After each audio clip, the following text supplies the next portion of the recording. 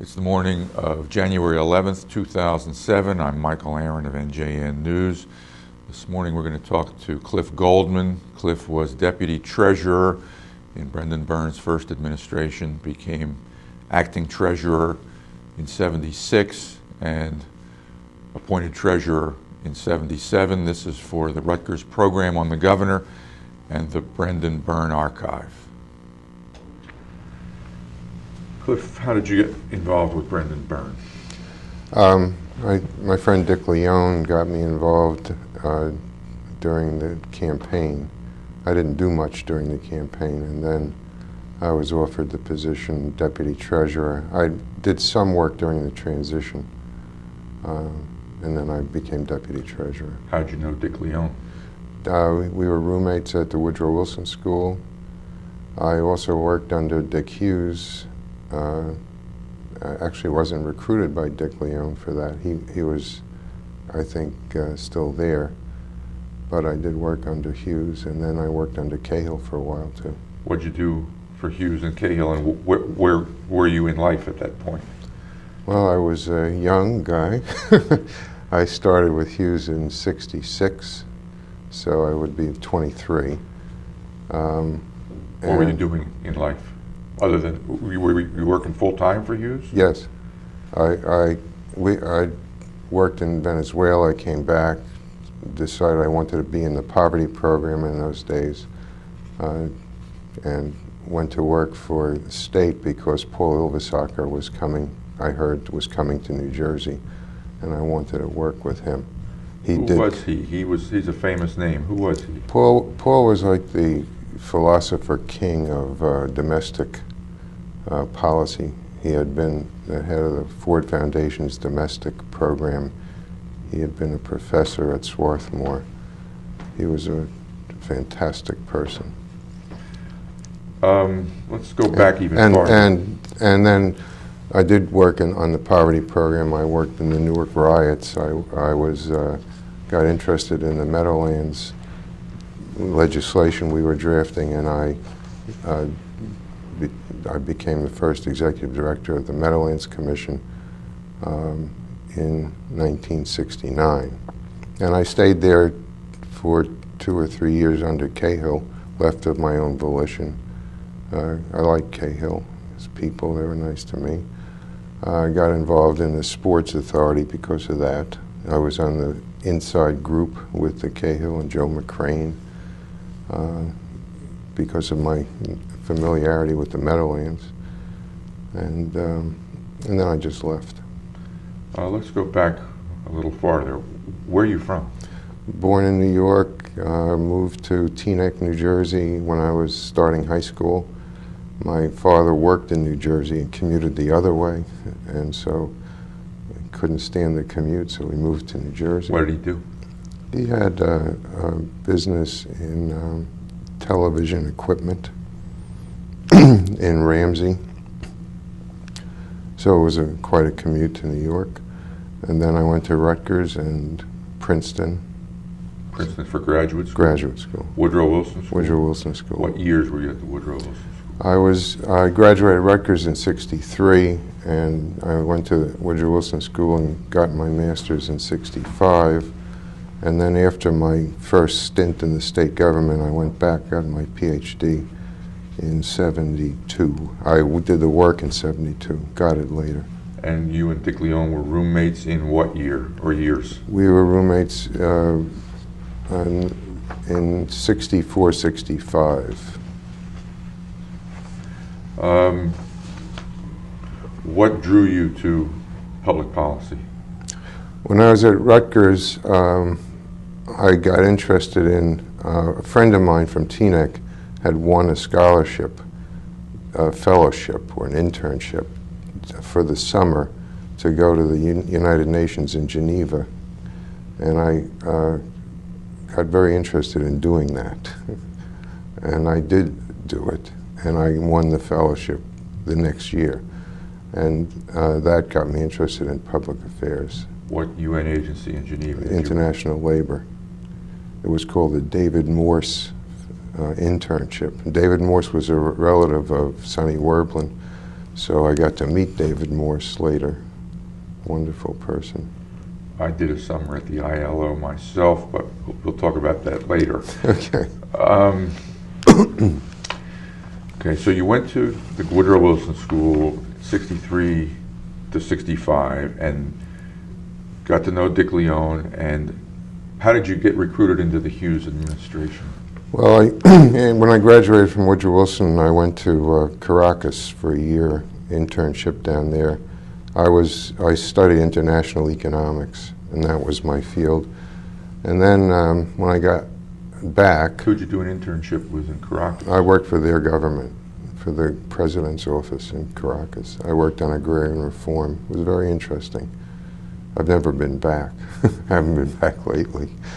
But then I got interested in what my friends were doing in the domestic field, and in those days the poverty program was the big thing to do. And so I came back. I went to the usual places you could be, New York, New Jersey. Joel Stearns basically recruited me to come to work in New Jersey. What was Joel Stearns doing at the time? I think he was the counsel to the governor. He's a prominent private attorney these days. Right. He had seen me do a presentation, a student presentation at the Woodrow Wilson School, and it was about poverty in Atlantic City. It made an impression, I guess. So you went into the Hughes administration as what? I started out they had a governor's task force on model cities program, and we went around to the different cities to try to help them apply for that money and get it. That was in anticipation of the creation of the Department of Community Affairs, which was my intended position. And my hope was to somehow get to be not only in that department, but close to Paul Ilvesacker. And when Paul agreed to come, somehow I managed to succeed in doing that. I became his personal assistant. Worked on pretty much everything the department worked on. And well, that started in March of '67. In July, we had the riots. And after a few days, when Hughes was up there with the police types, we got called to go up.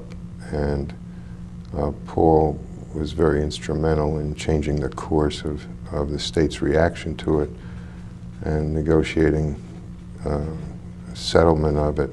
My job at the time was emergency food distribution, sort of a little FEMA operation we started in a couple of hours. And then we all went down to Plainfield, where Paul was a tremendous hero. That's a great story. I don't think we have time for it now. Why did you go to Plainfield? No, the riot started next in Plainfield. And a police officer had been stomped to death. So there was the start of another riot. Paul went down there, got down there in the dark, went right into the riot, stood on the back of a pickup truck with a bullhorn and talked to people down to stop. Why did they listen to him? He's just a fantastic speaker, and he just had a way with people. Were you right at his side? No, I was not. I came down the next day. You say he's a hero in Plainfield. Why? Because he stood on the back of a truck and calmed the... He calmed that, and then as it developed, there was some weapons stolen from an armory near Plainfield. And the theory was that these weapons had been brought into Plainfield. The police wanted to do a door-to-door search of the black community to find these weapons. They were in a fury of anger because of the death of one of their colleagues. And the fear was that they would use this occasion to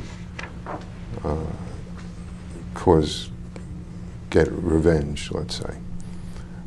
Paul and the Attorney General went down to... Who was the Attorney General? Sills. Went down to see Hughes about this and convinced Hughes that this should be called off.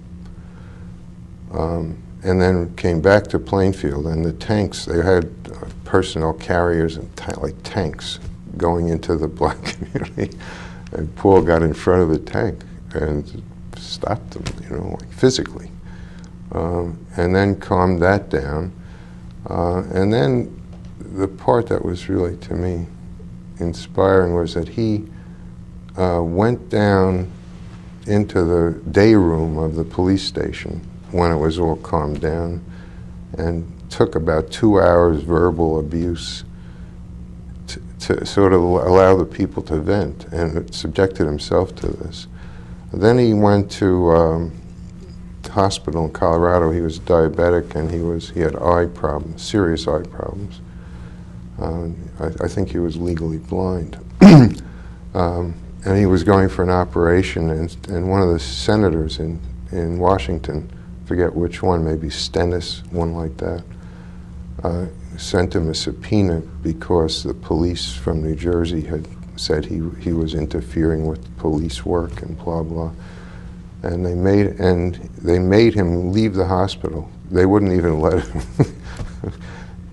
delay this important appearance, and they made him come down to Washington to be the victim of this hearing, which was really stacked against him. But then Colonel Kelly from the state police went down there and stood up for him and said he saved calamity in Plainfield, saved a lot of policemen's lives by his actions, and killed that hearing. This is a very exciting time. Sounds it. Yeah. What about Hughes and the riots? This had to have been a watershed moment in his governorship, yes? Well, I thought Hughes was just a fantastic person and a wonderful person. And on a personal level, I like to tell this story. When I was hired in '66, I did a perfunctory, meet the governor thing. It took about 20 seconds. I was nervous. There was this big office, and they shepherded me through, and he welcomed me. Hi, Cliff, nice to meet you. And that took no time at all. And the very next time I saw Hughes was at the riot, and we arrived at like 4 o'clock in the morning on Sunday morning. When had the riot begun? Thursday. And we walked into the armory, and Hughes was, had been up, I think, for all that time, hardly had any sleep. He looked at it, he was, hadn't shaved, he was tired looking, and as I walked in, he said, "Hey, Cliff, good to see you." And I thought this was so fantastic, that he would, in the fog of this war that he was in after a year. It's amazing in politics how much remembering someone's name means to the person whose name. It certainly does. It meant a lot to me. I was astonished by it, and I really love the guy, and I think he started off on the wrong foot, but no one had practice in this. How did he start off on the wrong foot? He started off being tough, and he said some things that were difficult. Can you recall one of them? We have to draw the line between, I don't want to say it exactly, but it was something pejorative. And it was, we're going to use military force and police force and shut this thing down, which wasn't the right thing to say. But as I say, you're confronted with something you don't expect and you weren't not prepared for, and that was his reaction. Did that evolve into something different within that brief period of time? It evolved when we got up there, and Paul, I think Hughes realized by then himself, that's the reason he called Ilvasacker to come up. He realized that this wasn't working out. People were shooting at each other. I mean, police were shooting at each other. You hear a shot, everyone starts firing. People were getting killed. In this role as food distributor, had a lot of contact with the community people because we used the local poverty offices and the ministers in the central ward to do the food distribution. So they had a contact with us, and it was very sad. They had little children lying on the ground being shot and couldn't get out to get an ambulance. People couldn't get in there. So I think by the time we were there, Hughes already had recognized he needed to do something different and soften this and start talking to people, and that's what Ylvisaker and Hughes did. Give me a little more. Talk to who about what? Well, the mayor was finished. Adnesio? Yeah, Adnesio. He was broken. I saw him in the armory. Broken by what had happened? By what had happened. It was very sad. And, there were community leaders and political leaders and poverty program leaders and ministers. And there was, what's his name, Tom Hayden was in Newark. Really? Yeah. Famous left-wing radical of the era. Right. And they had a program in Newark, and I had been in Newark just before the riot talking to some of these people, sort of paramilitary groups and Black Panthers and SDS and so we had good contacts. I don't know. I wasn't key to those meetings and discussions, and I wasn't involved in them, but I know they were going on. The picture you're painting is one of where talk defuses a situation. Absolutely. Is that what happened? That's exactly what happened. Plus this food thing helped diffuse it, and Paul brought in a friend of his, Herb Sturz from New York, who was a criminal justice expert. And Herb Stern? Sturz. Okay. Yeah, and they set up a release on recognizance program to get people out of jail. That helped a lot. It also helped in Plainfield, and that was one of the things Paul could say in that truck thing, that we did this in Newark, we're going to do it here, because people were worried. Their relatives were stuck in jail somewhere, and so for example, there was one of the high-rise projects was a scene of a lot of problems and sniping, and the electricity had gone out. So they couldn't pump water above, let's say, the 6th floor or whatever, I forget which floor, without the electricity. And PSE&G had tried to go fix it and were shot at, so they couldn't fix it. So now we're in July, so it's hot. So we set up a food distribution center right in front of that project. And in a half an hour, we had lines of thousands of people on the line. And then they could go in and fix the electric. So, all these things helped a little bit.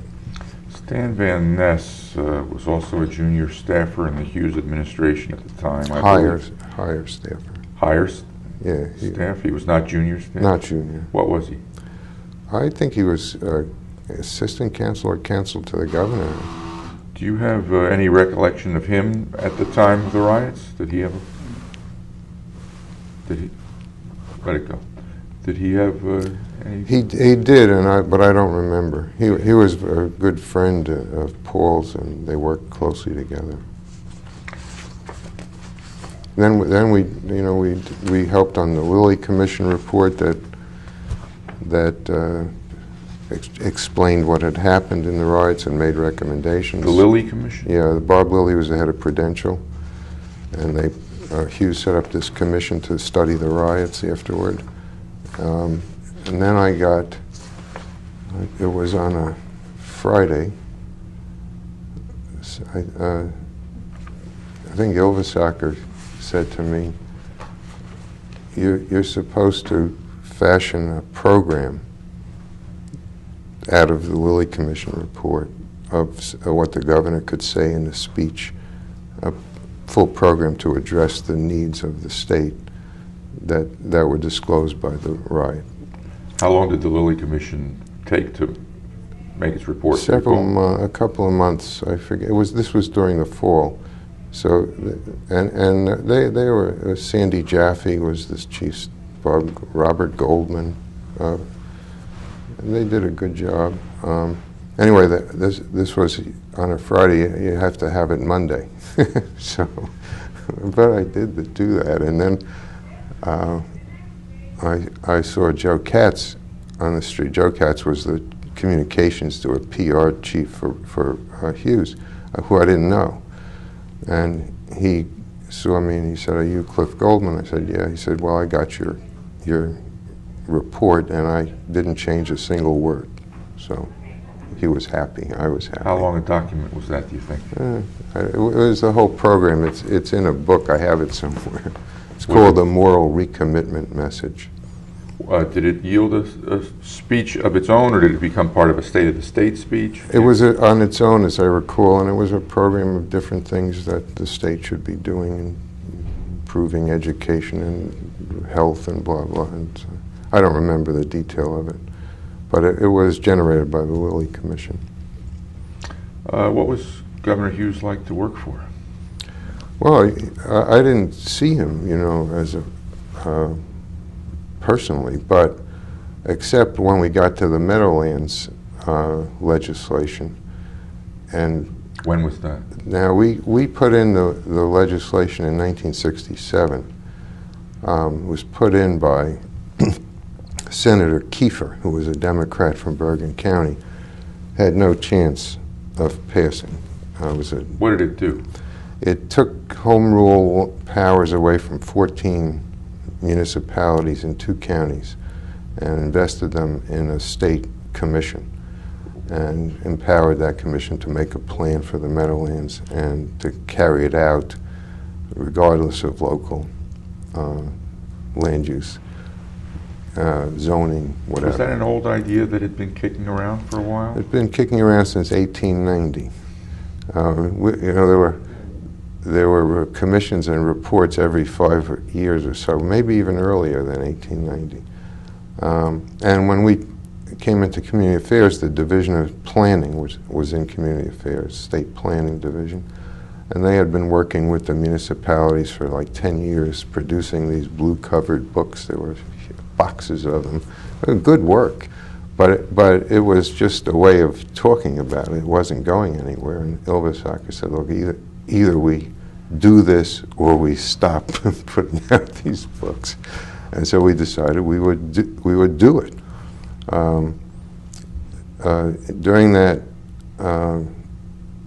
and during the campaign for Senate in 1967,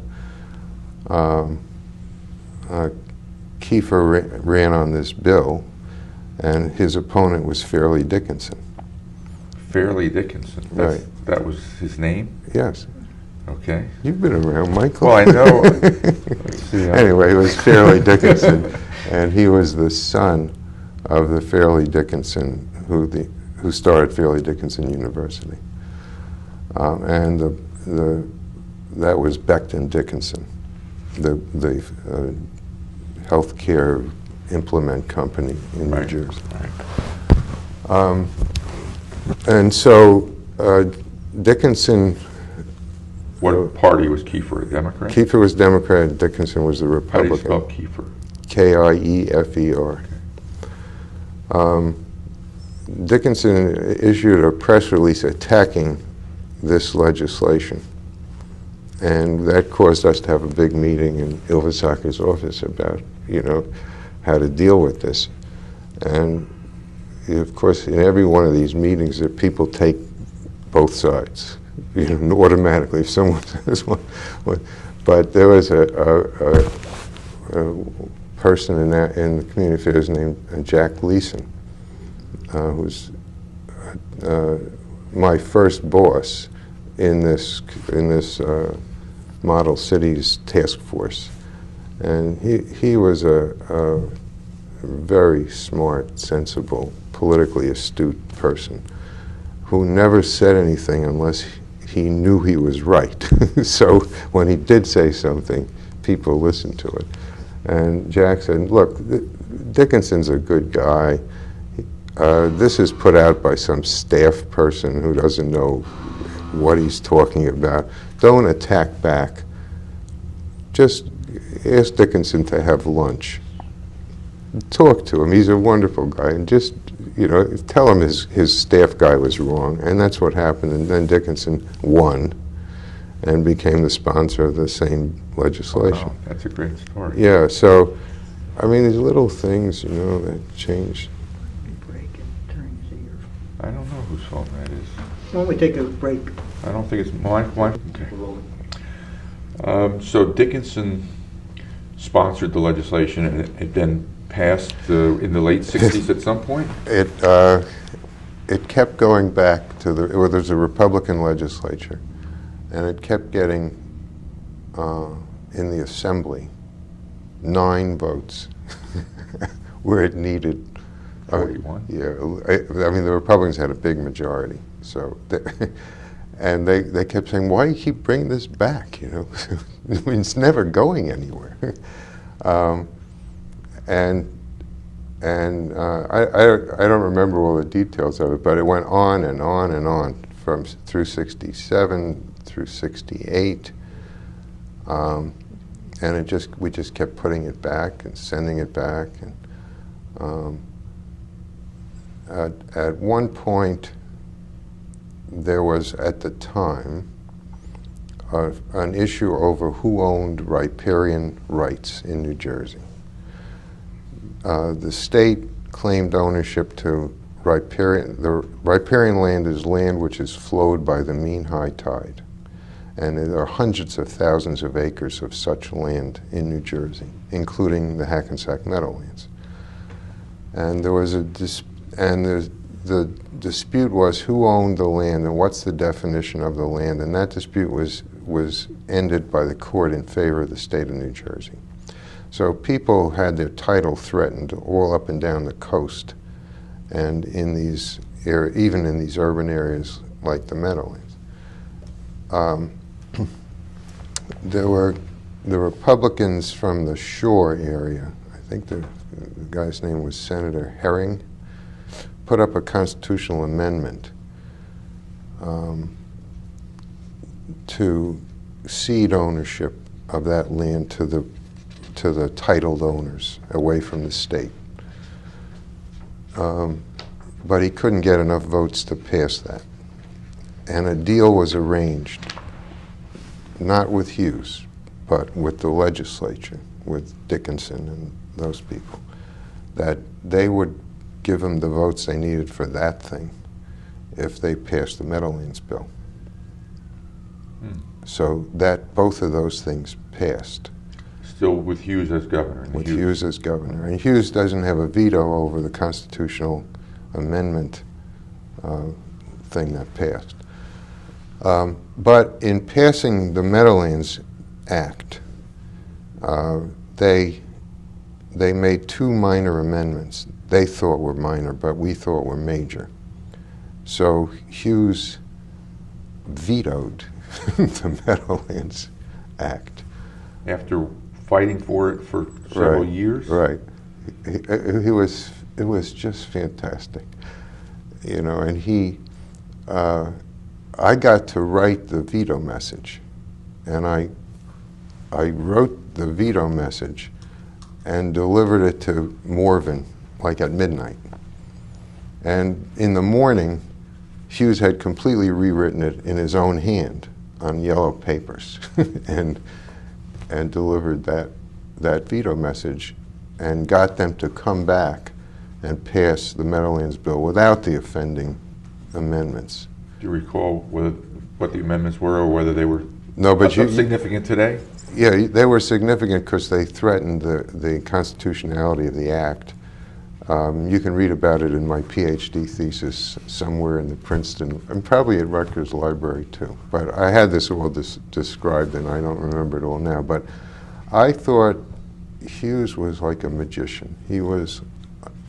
He had such control over what happened in the legislature. And the joke was that when he would walk in the hall and a Republican senator would see him and he would say, "Good morning," the guy, "What does he mean by that?" And this performance was on this bill was just spectacular. You're saying that after 6 years as governor, or maybe 7, that Hughes knew how to play the legislature better than he probably did when he started? Well, I'm sure. I didn't know him when he started, but I'm sure this was, it couldn't have been better. Now, this story has a, what is it, epilogue?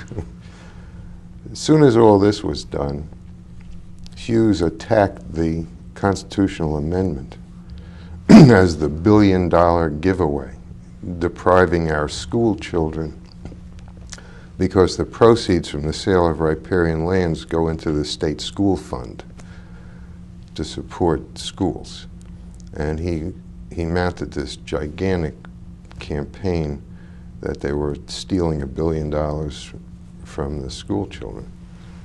And he had Bill Brennan, I don't know if you remember all this, but Bill Brennan had been an assistant attorney general, the son of the Supreme Court justice, who made a speech saying that New Jersey legislators were too close to organized crime. It created a huge storm of screaming by the legislature. So, and Brennan was dismissed from the Attorney General's office, but hired by the counsel's office.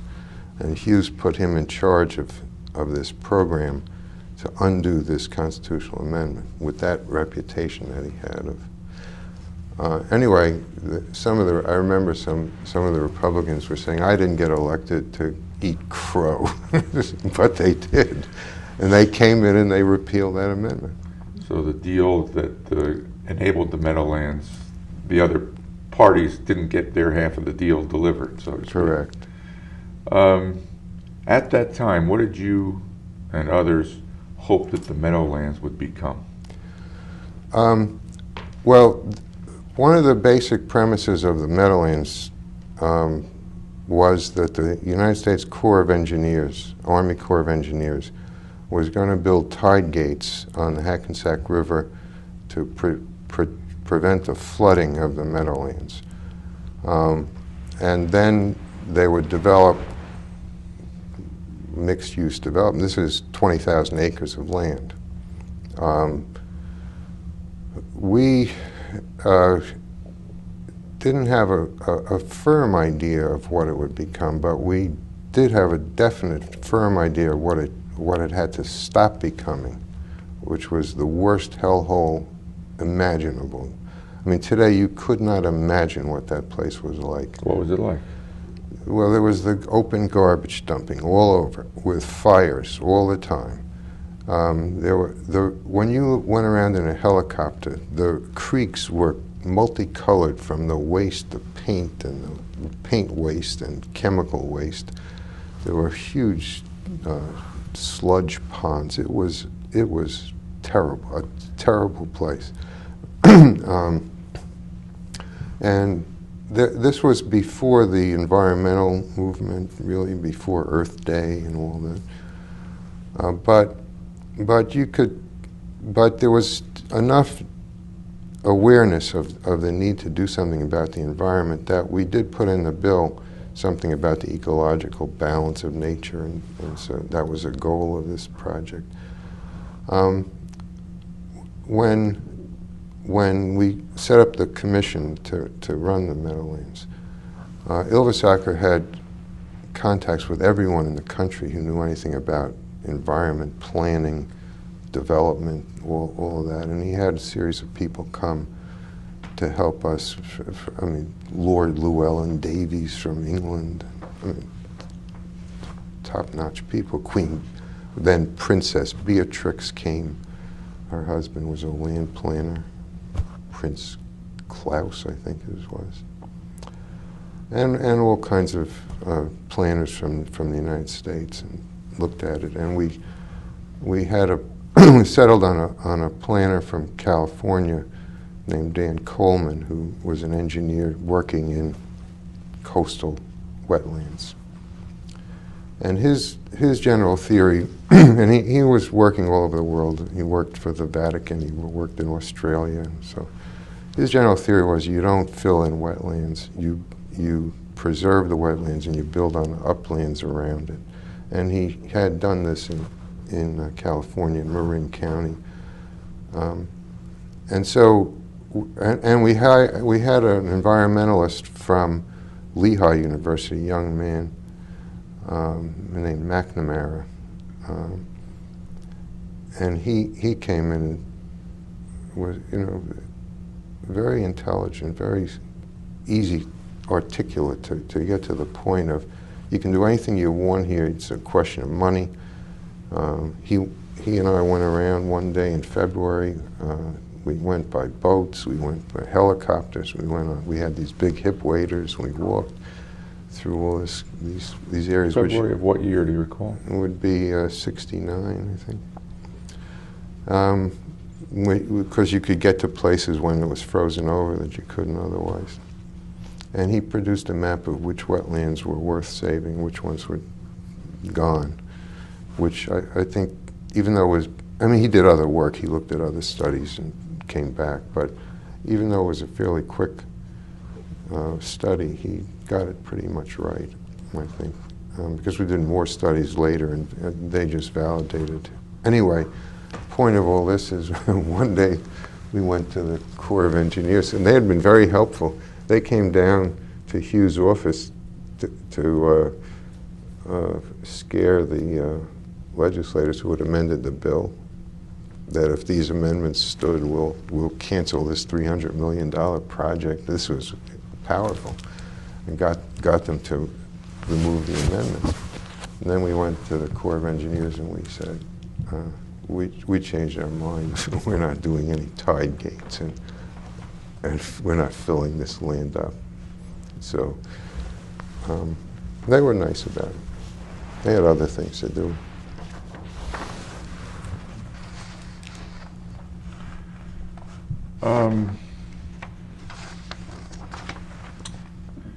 Are you pleased or disappointed with the Meadowlands today? I think on the whole I'm pleased with it. It is a balance as it was intended to be. They have become billions of dollars of development have taken place at a much higher level than was the case before. And huge areas have really been saved. We stopped a lot of garbage dumps. That was the main thing we did in the first couple of years. We shut down and delimit garbage dumps and saved all the wetlands, which they're now happy to have. And you can go on nature tours and canoe trips, and they have a great amount of restored wildlife. So I think on the whole, it's probably one of the biggest regional development planning activities that's worked out. With the benefit of hindsight, were there any mistakes made in drafting the Meadowlands legislation or in the initial planning of what it should be? I don't think so. It worked well. It was very hard to get. We had the tax sharing there was a tax sharing feature of it where the 14 municipalities share in the taxes that are generated no matter where they're generated in the district, which was very novel and was copied all over, not all over, but in Minnesota and Miami and other places. And now they talk about it here in New Jersey as part of this property tax reform. We should have regional tax-based sharing. And they quote, like they have in Minnesota, not like they have in New Jersey. They don't realize that we have it already? I don't know. I guess not. I don't know. But not all the tax revenue, though. Some of it goes to the state, or all the tax revenue? All the tax revenue is pooled, and then it's distributed, for which towns got like new school children or new development that they need to pay for, police and services, and then what's left is pooled on the basis of how much acreage each town had. So all the tax revenue does go to the towns? Yes. We're talking, what taxes are we talking about? Property tax. Okay, property tax, which would go... Which would go to individual towns. Right. And if you have 14 towns and you want to say, this is going to be wetlands forever and this is going to develop into a hotel, it wouldn't be impossible to get a fair, well-planned area if you had to also worry about putting ratables in each of the 14 towns. This way, you make the plan, you put the ratables where they belong, and then all 14 towns share in it. That was challenged in the court and was upheld. But sales tax from Giant Stadium, that does not that go goes to the state anyway. Okay. The pilot payments from Giant Stadium goes into the pool. From the Xanadu, that would go into the pool. So I don't think there was anything wrong. The only thing that was a problem was an amendment to the bill that we had to accept in the early stages, that we could not get rid of the garbage without finding an alternative, because the towns were worried about if we came in and shut down the garbage dumps, where would they dump their garbage? And that presented a problem of how to deal with that. But over time, we did shut them down anyway. So who sent you to be the first executive director of the Meadowlands Commission? Well, I worked on the bill, and when the bill passed, I worked on finding the commissioners and setting up the agenda for their. It took months to get started, and actually on the first day they met, we gave them the whole plan. The first plan was to stop development. We drew a line, and wherever development was already there, people could fill in according to a zoning rules that we set Development that had been approved locally by a town? Well, there were pockets of development, like Secaucus was a developed town, and there were developments going on in Secaucus, and what we said was, here's a line. Behind this line, if there's a lot between two other lots, you can continue to develop whatever you want. Not whatever you want, we had rules for that too. But on this side of the line, there's a moratorium on all development until we put together the master plan. This was very provocative too, but the commission adopted that at its first meeting, and I just naturally moved into the acting executive director position. Ilvasaker, I was obviously the one to do that, continue, and they did a search for an executive director. I had no intention of, and it wasn't his intention of having me stay there, but I did. So. What month and year are we talking about? You becoming acting executive director? The bill passed in November of '68. The commission was created in '69. In the spring sometime. We were very careful about picking the members. Who were you looking for? Well, let's finish that thought. And when did you become executive? And so I became and let's say they met for the first time in March or April of '69. Okay. What were you looking for in commissioners, and how many were there? I think there were 7. And the statute required so many from the towns in Hudson County and so many from the towns in Bergen County and so many from Bergen County at large and Hudson County at large and all that. And, we wanted public citizens who knew something about the environment, who knew something about business and development, and, who are not sort of political machine type people, and we got a good commission. We had head of Stevens Institute and other people like that. Was there political pressure in making appointments to that commission? I don't know. I wouldn't have known about it. I mean, we got a good commission that we were happy with, so.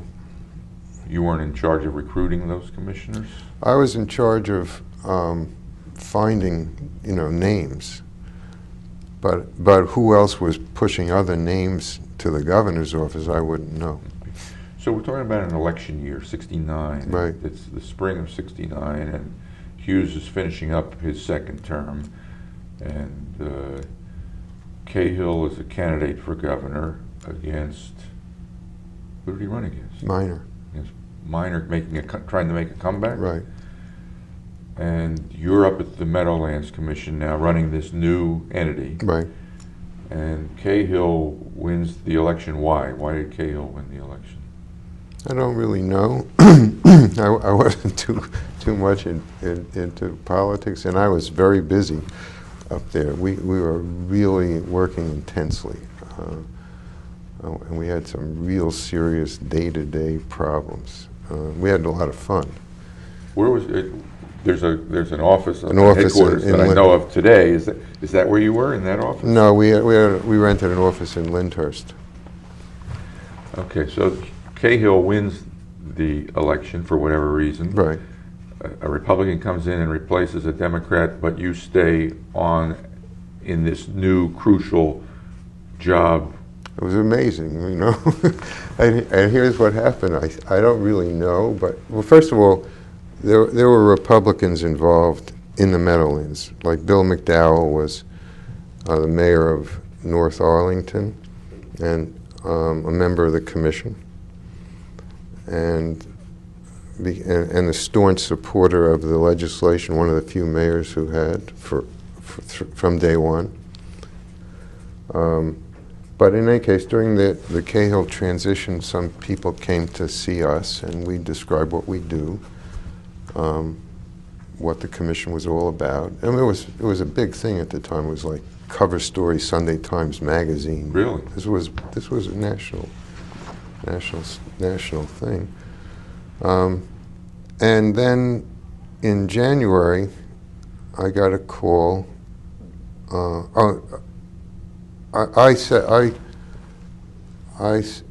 wrote a note that we would like to show the governor, the new governor, what we are doing in a brief. We put together a brief slideshow because he's from South Jersey. He wouldn't necessarily know about this, and we'd like to show him a brief thing about the Meadowlands. And I got back a thing. No, the governor and the entire cabinet is going to come to your office in community affairs for as much time as it takes. What did that signal? Signal that they, for whatever reason, maybe it was Fairleigh Dickinson, maybe who knows why, that they thought this was important and they were behind it. Were you concerned when you put together this, or made the request to come or have him come and present a slideshow? Were you concerned that he was going to replace you or change the mission up there? I wasn't. I don't know. I never thought. I don't think I thought that way. I would have been very unhappy if they changed the mission because we had invested so much in it. I never expected to be the executive director, even under Hughes. So I assumed that I was going to be replaced. You did? Yes, because that's the way things are. Okay. And so anyway, they came over. Is it still January, do you think? Yeah. The first month of Right the new away. administration? First month, they came over. We did the slideshow. It was a big room full of all these. Is Ilvasacker still the commissioner? No, Ilvasacker's gone. Who's the commissioner? Ed Hume was the commissioner, a former mayor from Essex County somewhere. And they're very pleasant. The governor asked questions. He's a good guy. Then they left, and about a week after that, I got a call to come see Joe McCrane, who was the state treasurer. And I'm walking toward his office, and I'm thinking, they're going to fire me. But then I said, How old are you at this point? 1969, 26. You married? Yeah. You have children? Yeah, I have one child. Okay. I say if they were going to fire me, they wouldn't make me come down to his office. They'd just fire me. So it's something else, you know. So I went in. McCrane was this very imposing figure, a big, you know, former football player and all that. I think he had an eye patch even. But, but anyway, he said, I want you, very gruff, I want you to come to this address at this time and be prepared to explain to business people why the Meadowlands is a good place to locate their business. And if you tell anyone that you met me today, or that you went there, or whatever, you're fired. It's like, this is top secret. He didn't say what it was about, but I knew it was the Giants. So I prepared for this, and I got from the Port Authority, you know, travel times to Rye Brook, where Wellington Mara lived, at different times of different days. Rye Brook is where? In Westchester. And I went to this office in New York, and it was Sonny Werblin's office, and there was Wellington Mara and Sonny. And Werblin owned the Jets? Werblin had owned the Jets. Had owned the Jets. Yeah. Mara owned the Giants. Mara owned the Giants. And there was, I think Mike Burke was the owner of the Yankees for CBS. And there was a small office, and I had these big maps, and I was on the floor, you know. Were you nervous in the No, presence of these moguls, no. sports moguls? No? I wasn't. And I showed them all this stuff, and I had this time will only take you 19 minutes on Sunday morning, you know. Anyway, I got involved in the very beginning of the sports complex that way, and there was a small group of people, you know, a handful. I mean, Hume didn't know about it, my boss at Community Affairs. It was McCrane, it was the Attorney General, Paul Sherwin, those people, and the governor, and Sonny Werblin, and it was kept secret. And then at some point... What month do you think that meeting was? It was January or February. So it was clear to you by this point that you were being kept on? Yes, I was inside. I mean, I was trusted enough to be involved in this, and it was clear that I was being kept on. Were you a Democrat? Were you did you have a big deal in your head, or were you more of a nonpartisan civil servant, not civil servant, but... I guess they would have, I had not been involved in campaigning or political fundraising or anything like that. I was obviously a Democrat. I was from the liberal Paul Ilvasacker crowd, which certain Republicans detested. But they wanted your expertise. I really don't know. It just worked out. And when I left 2 years later, Cahill had McDowell call me to go to lunch and try to talk me out of leaving. Lunch with McDowell or lunch with McDowell, Cahill? With McDowell. What'd you do for 2 years in the Cahill administration? That. And what happened in the Meadowlands during those 2 years? Well, we had major fights with all the garbage dumps, and in particular, the one that was on the site of the sports complex, which was an illegal one, which was a huge fight. Were they privately owned dumps? Yeah. Some bad people involved, some risky business on it. You know, at least we felt we were at risk. What kind of risk? Well, physical risk. Physical risk. My chief engineer, after a very contested court battle with one of these people, which we won, and the court said to the owners, he's going to run it. You do whatever he says and spend whatever he tells you to spend to clean it. It was burning, you know, underground. And it was where the sports complex was. And I couldn't get any attention to this And so I just drove down and saw George Kugler myself. Attorney General. Yeah, Attorney General. I had no appointment. I just walked in. He said, I have to talk to him. And I said, you guys are trying to build this sports complex, and these guys are dumping waste, and it's going to cost you hundreds of millions of dollars. It's on fire. It's, you know. So he assigned me a good lawyer to go to the court session we had the next day. Eventually we won this case. Anyway, this chief engineer, after he got assigned responsibility for this, and he was a terrific guy, one day just came and says, I quit, I can't tell you why. I'm out of here. So I figured this was trouble. You think he was threatened? I think so, but I don't. He would never say. So I take it your initial meeting with Mara and Werblin bore fruit. They were interested. What were they interested in? Well, how did that project get born? That was you know, it wasn't born by us. It had been talked about in the Star Ledger, even during the Hughes. It would be good to get the Giants. They were floating around. But this was born by Sonny Werblin and Joe McCrane, and Joe McCrane's deputy named Tom Hitzelberger. They conjured up the plan, and the plan. Well, let me stop you there then, so that we can establish who these fathers of the sports complex are.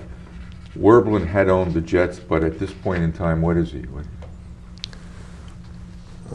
I don't. He's a talent. He's an independent. Agent. Yeah, he's a very important person. A talent agent, literally a talent agent. He was like Johnny Carson's agent, and he was a major figure in that whole world of sports and entertainment and racing. You know, and McCrane was the state treasurer. McCrane was a state treasurer. From where? What part of the state? He was from Camden. He was related to the family that owned Garden State Racetrack. And so he was also sports and racing. And a friend of Cahill's, who also was from Camden County. Right. And the deputy treasurer? Hitzelberger, I didn't know him, but he was a very bright guy. He was, I think, a Harvard Business School business guy. So the Star Ledger is writing maybe the Giants should move to the Meadowlands? Well, in a vague way, you know, we should get, and to the point that we actually, in our master plan that we put out, had a place for a stadium in the Meadowlands, like in a graphic, you know, it wasn't. Yeah. Could have been a baseball stadium. Could have been a baseball stadium, and but there was an issue before the Meadowlands Commission that figures into this. There was a proposal to build a racetrack in the Meadowlands, a horse racetrack, and this was still, I think, under Hughes, and we testified against it. I went to Hackensack to some public hearing and testified against this racetrack. Why? Because we didn't, you know, want to devote a huge area of the Meadowlands to a racetrack. Unsavory? Well, we weren't ready to say we should have a racetrack and fill this land, and they had first proposed it for Secaucus. I think this was even before the Meadowlands Commission, and they needed a referendum in Secaucus. This is a famous part of New Jersey lore. So they were going to have a referendum in Secaucus about having this racetrack there, and a couple of days or the weekend before the vote, they brought in a lot of African American people from Brooklyn in buses to canvass Secaucus to say they were going to work at this racetrack, and could they rent a room, stuff like that. So this referendum went down. Opponents of the racetrack Opponents did that? Yes. So then they were ruled out of going into Hudson County for a number of years because the referendum went down, so then they came to Carlstadt in Bergen County in the Meadowlands. And I went to this hearing, and the state was against it. And the Attorney General's office, who was doing the questioning, you could tell was against it, and questioned the principals pretty severely about ties they might have had to people. And anyway, it was rejected. But out of that came the idea of, why should the state let these guys build a racetrack and make all the money when we could build a racetrack and use that money to subsidize the stadium for the Giants? Huh. And that's how that plan was put together. And did the racetrack precede Giant Stadium? It's together. They were together. Yeah, that was the financial project. The racetrack would generate so much revenue. The stadium would generate revenue, but not enough to pay for the full capital cost of it. But together they could pay for it. And how did that come together, and when did shovels go in the ground? And well, they passed the bill maybe in '72 or '73. I was involved in the planning. I had fun with it. I don't know how much you want to go into. I do. What kind of fun? What do you mean you had fun with it? Well, got to go to football games? Or no. In the planning, they had architects.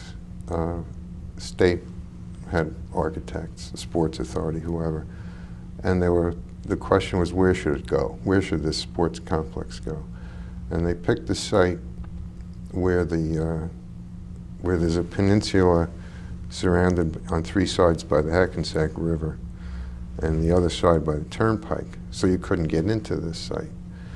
And they're explaining this site, and I said, after I was the junior person, in this room, and I said, well, how are you going to get, all 20,000 cars in there? And they said, oh, that's the key to the plan. We're going to build a Ponte Vecchio over the Turnpike and shopping. And I said, well, I don't think you can do it. I don't think you can have that kind of traffic with one exit. And I said, plus you got the deepest bedrock in the whole Meadowlands there. The piling cost would be astronomical. And you have liquefied natural gas tanks on the site, which you can't get rid of because the federal government forced them down our throats. We contested that. And McCrane turned to me and said, where should it go? And I said, right there. How far apart were the two sites? A couple of miles. A couple of miles. Yeah. I picked that site where it is. And what? Right there. I said, right there. He said, okay. Then there was another meeting. Do you still think about that when you drive past that facility? No, I don't. I wouldn't think about it except you're asking me these questions. There was one meeting where, having worked on that site, now they were doing engineering work, and they were showing we're going to build these berms around the site to protect from the flooding, and then we'll pump out the water and blah, blah. And then they went on to the transportation. We have to rebuild Patterson Plank Road, and we have to rebuild the service road on Route 3, and we have to rebuild 120. And I said, well, if you're going to rebuild all these roads around the site, why would you also have to build berms? Couldn't you make the roads into the berms? And that saved like $100 million. So those were fun meetings. So you left at this point in time, right? I left in '72. Why? I was just tired. I was not happy. Why? The drive. You lived where? I lived in Trenton. And I was still acting director. You'd never been and I would never formally made executive director? Right. I never would ask. I never got a raise. I never got and I just said, what am I killing myself? No one appreciates what I'm doing. That was part of it, but it was also, I thought it was just getting burned out. And what'd you do? I went back to get my PhD. How long did that take? Well, on and off a couple of years, but I did consulting for Ford Foundation and wrote some studies for people. And how, you left in 72, Brendan Burns elected in 73. Maybe we should take a couple of minute break right here because we're about to make a transition ourselves. Good. All right? Very good. You had one afterthought about your departure from the Meadowlands, reason for it. Yeah. We had a counsel at the Meadowlands Commission named Beat Tylutke, who was a former assistant counsel to Governor Hughes and worked on the legislation and was very good at her job. They had targeted her because she was a Democrat and a Hughes person, but I was able to keep her there. And then the Community Affairs Commissioner, which is the chairman of the Meadowlands Commission, changed, and the new guy fired her, not even discussing it with me, and that I couldn't accept. So, What was his name? Kramer. Kramer? Yeah, Pat Kramer. Pat Kramer from Patterson. Right. Mayor of Patterson. Mayor of Patterson. Did you make that known at the time that you were leaving because... No, I didn't make anything known. I just left. In disgust? No, there were a lot of things, as I said, there were a lot of things that built up, but this was like one of them. So you spent a year, you told us, starting to work on a PhD and doing some other work on the side? Yes. And now we're into 1973 and Brendan Byrne is running for governor. Right. Did you know Brendan Byrne? No, I did not. Did you follow the campaign? I did, but I don't remember, not intensively. I don't think I was involved in it in any real way. How did you come to be involved with Brendan Byrne? When? How? Well, I do remember I met with Dick Leone and Mr. Coffey when it was unclear who was running. I think Coffey was planning to run for governor as a possible person that would help on issues.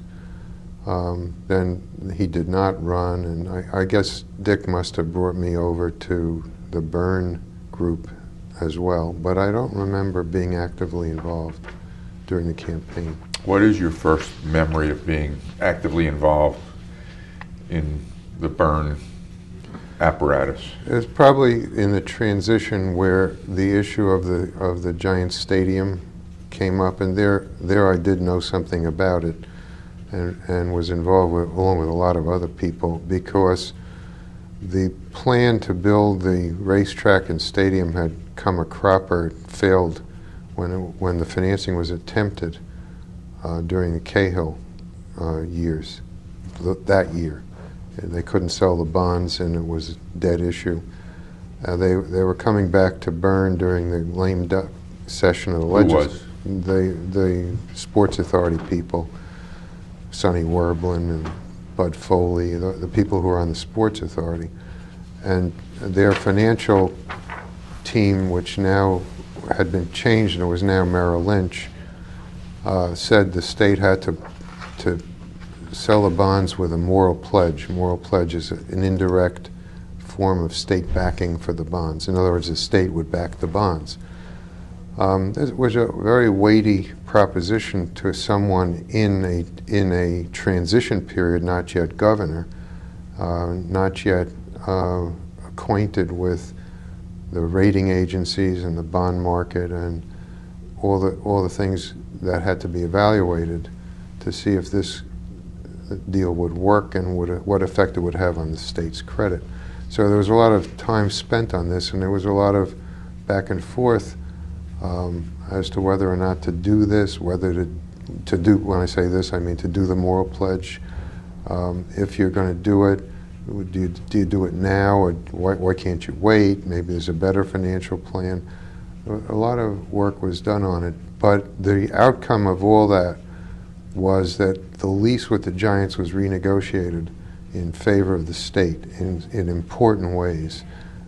because the word probably gotten out that there was stiff opposition to this moral pledge plan, and if they wanted to get it done, they'd have to come back to the table on this lease. So the lease was renegotiated. The main feature that I remember of that renegotiation was that instead of the Giants having exclusive use of the stadium, the Sports Authority would have use of the stadium and lease it to the Giants for specific days. And that later enabled the Sports Authority to bring in the Cosmos and the Jets and concerts and all these other events. And that was important. And also the Sports Authority gained, I think, $1 a ticket surcharge in revenue. Did that happen during the transition, that renegotiation? Yes. It did. It happened and the bill passed. Who were the key Bern people you met during that transition? It was mainly Dick Leone and Lou Caden that I interacted with. I did for the first time meet Brendan Byrne too during that discussion of the stadium. Tell us about that briefly. meeting. It was just brief, and it was a general meeting with a lot of people about the pros and cons of these issues. It wasn't. I don't remember much more about it. Do you remember whether you liked them? I did like them. Had you attended any Bern campaign events or, that you can recall? I don't recall attending any, no. Do you recall anything about what he was like as a candidate for governor? Not really. Was Aron Kramer part of the group that you worked with? Well, Aron worked in the Treasury Department when we went in to office, and so I worked with him there, but I don't remember before that working with him. Do you remember being asked to work in the administration? Yes. Who asked you? Dick Leone asked me to be deputy treasurer, and I wasn't expecting to work in that administration, but I said, after thinking about it, Was he the treasurer? He was going to be he the was going treasurer. to be the treasurer. Right, and of course, I had this long relationship with Dick, and like Dick, that was a plus. And I said, you know, if I could work on the school finance tax reform issue, I would do it. And he said, of course, that's what we would want you to do. Why did you want to work on that issue? It was interesting, important.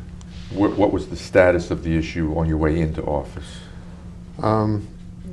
Well, the court had ruled our system unconstitutional in the Botter, so-called Botter decision.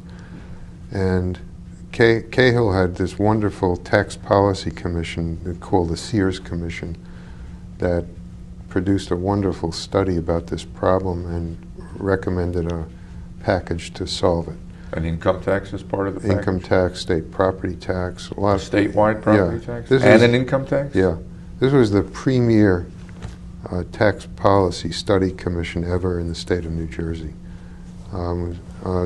So Sears was a Bergen County? Morris County. Morris County politician? Yeah, he was involved also later in Watergate. So. But the intellectual force was a fellow named Miller from Princeton, who was the staff director. Anyway, that report led to the Cahill tax package, which was close but failed to be enacted in 1973, I guess. Maybe 1972. It was a very traumatic experience for all of them. Do you recall whether it was his own party that yes, it got was. it? It was his own party, and I wasn't involved with it. I just know that people broke down and cried. The people who were trying to, his counsel Garvin, and it was close, but they couldn't pull it off. So that was the history, and we were coming into office. The Supreme Court was hearing the issue, and Also, this was a national issue at the time. These school finance reform proponents were active in California, in Texas, and other states, and there were federal cases in both California and Texas in the appellate division affirming the general theory that people had an equal right to an education, which was the basis for our Botter decision. How do you spell Botter? B-O-T-T-E-R. And who was It's a Botter? a Superior Court judge in New Jersey. And that was the Robinson v. Cahill case, which was decided and which said their education should not be based on the wealth of the community in which they happen to live. Who was Robinson? He was a student in Jersey City.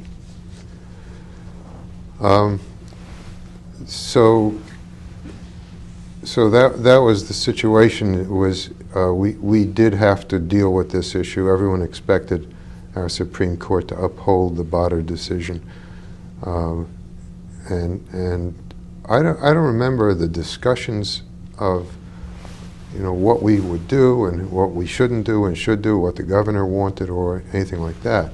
But I just knew that this was I should just go ahead in the way we went ahead, and this would be, I guess I must have been talking to Dick from time to time, he may be with the governor, but from an early point, we understood we were going to have a major influx of state funds into the urban school districts. We're going to make the program more equitable. This would require more tax money from the state, probably an income tax. What kind of income tax, we didn't know. But this was work that looking back on it, it amazes me that we could do this in 3 months, which is what we did. What exactly did you do in 3 months? Okay, so first of all, we had to understand this. In the area of school finance, there were competing theories of how to bring about equity in school finance. I mentioned that I had worked for Ylvisaker before. Ylvisaker was now Dean of Education at Harvard. So I was able to go up there and learn all about this topic from the professors at Harvard, and be guided to other experts around the country who were working on this topic. And from that, decided that the way we would go is, or the way we would recommend to go, is what's called power equalization, which meant that each district would tax at the same rate and produce the same amount of spending per pupil, because the state would make up the difference. So if TNEC raised $10,000 per pupil by taxing at $2 of value, Newark, if it had a $2 tax, might raise $6,000, but the state would put in the extra $4.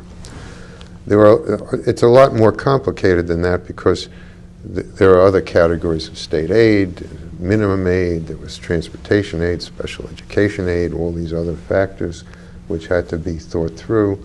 There was important issues too about, how school construction, how fast the schools could absorb new aid. We had to be careful about that, not to just switch from one year to the other and suddenly throw a few $100 million into a school district that couldn't absorb it.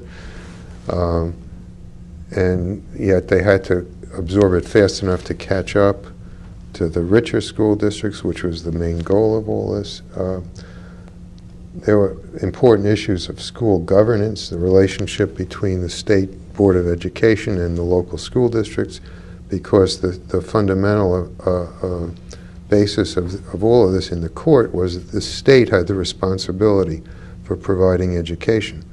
It had chosen to do that through local school districts, but it was the responsible party under the Constitution.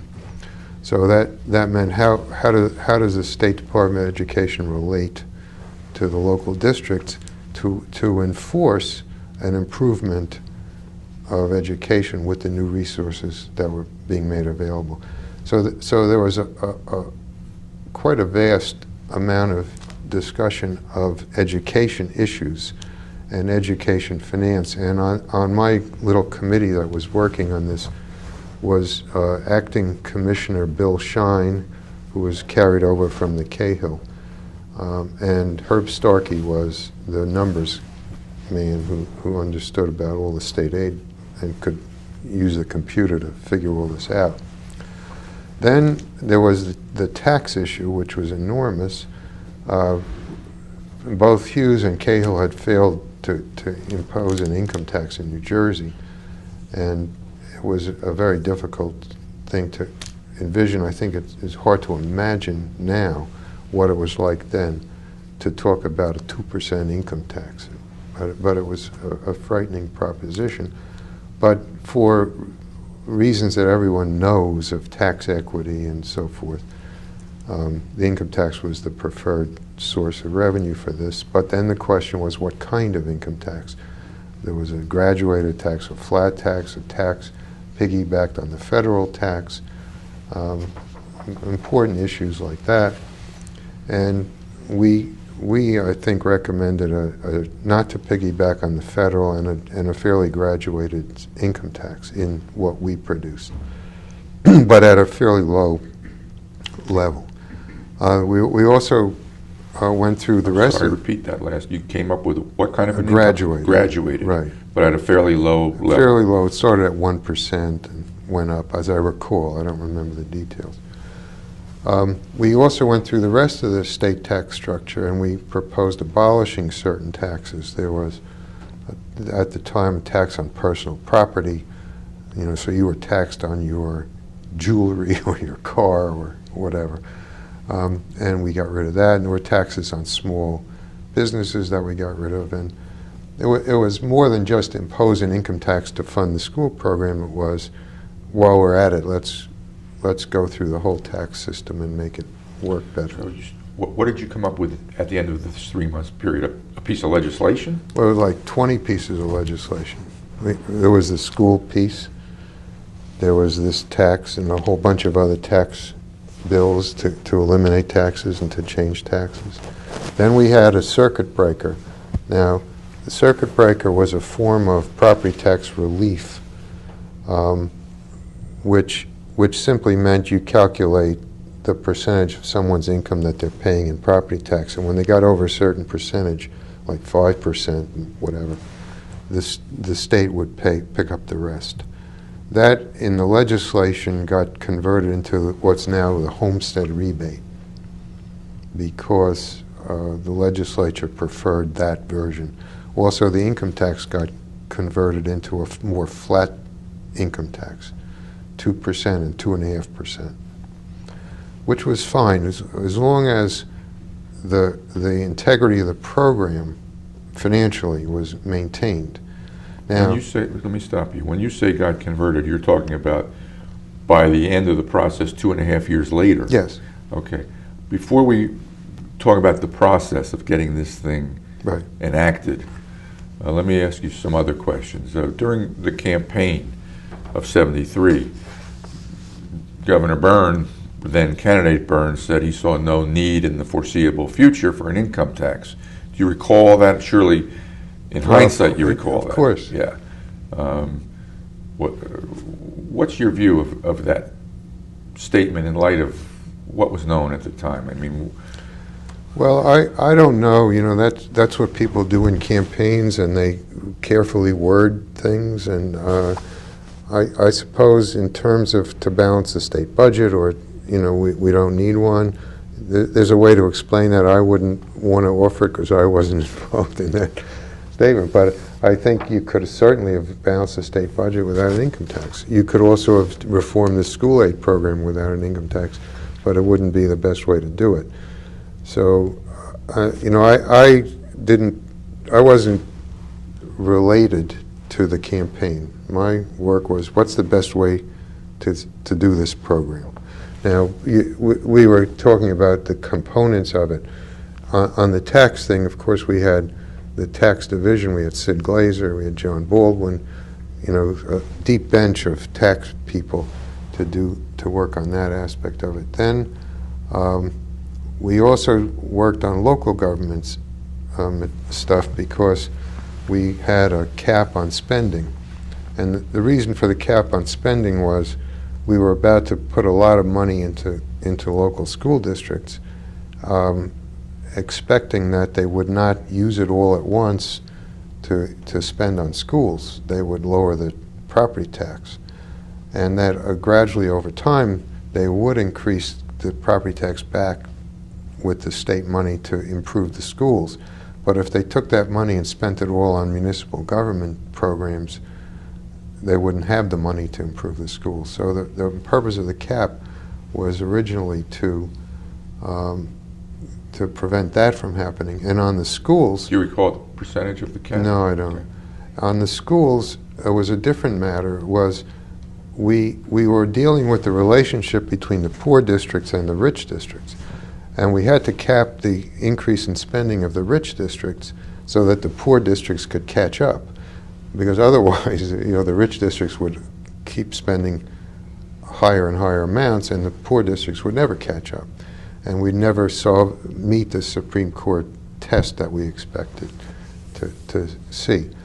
So we put on caps on the schools, but the caps on the poor districts were much higher, like 15%. So they could over time catch up. And for all that kind of work, we had the local government division in community affairs on our group also. How often did your group meet? Frequently, you know. Once a week, twice a week? Well, at least, but it wasn't always as a big group because each of these was a somewhat separate matter. And this all came together. And then we wanted to see how it would work, so we projected the impact of this on every single income group in every single municipality. How much people would pay in income tax and how much property tax would go down or upward. We had charts for every town by income groups. That's a lot of work, particularly back then. Yeah, we had the big central mainframe computer, but this stuff had to be typed. And you know, on the night before we had to present all this stuff, I had every secretary in the State House working almost all night. And my secretary, who was wonderful, was in charge of this gigantic operation to get this all produced and collated and assembled. What was your secretary's name? D. Solon. You know, she was... she should have been state treasurer. How do you spell her last name? S-O-L-A-N. And then the next day we brought everyone roses, all the secretaries. So we're still in the spring of '74. Like April. Yeah. Go ahead. Go ahead. Just back to I know politics and the campaign were not part of your purview, but knowing what you know now and what you knew really by '74, '75, might things have been easier for Governor Byrne and this program had he simply said when he was running for governor, given what a wide lead he had over Charles Sandman, by the way, when you elect me, I might have to raise the income tax to meet this court mandate on school funding? I don't know. I just keep, it's so speculative to answer that question. You know, the tenor of these public discussions is so hard to pin down. I mean, at that time, the big issue that I remember was not so much this statement, but where did the lottery money go was the big issue. What does that mean? Tell us about that. Well, when they introduced the state lottery, apparently, that was under Cahill, they apparently, you know, in promoting it, said we're going to make a lot of money, and so everyone who was facing any tax increase would say, well, where's the lottery money go? That was the big issue. And there's always an issue. So So no one wants to pay taxes, and you understand that, and you have to defend what you're proposing and why it's a good idea, why it's necessary, and whatever anyone said before.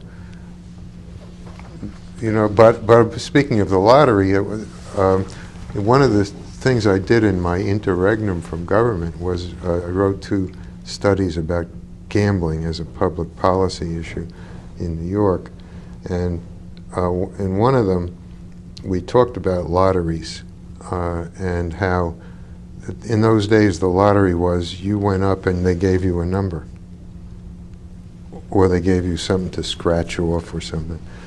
And the illegal numbers game, you picked your own number, and that was the romance of it. And we evaluated in this study whether you could do that in the public lottery.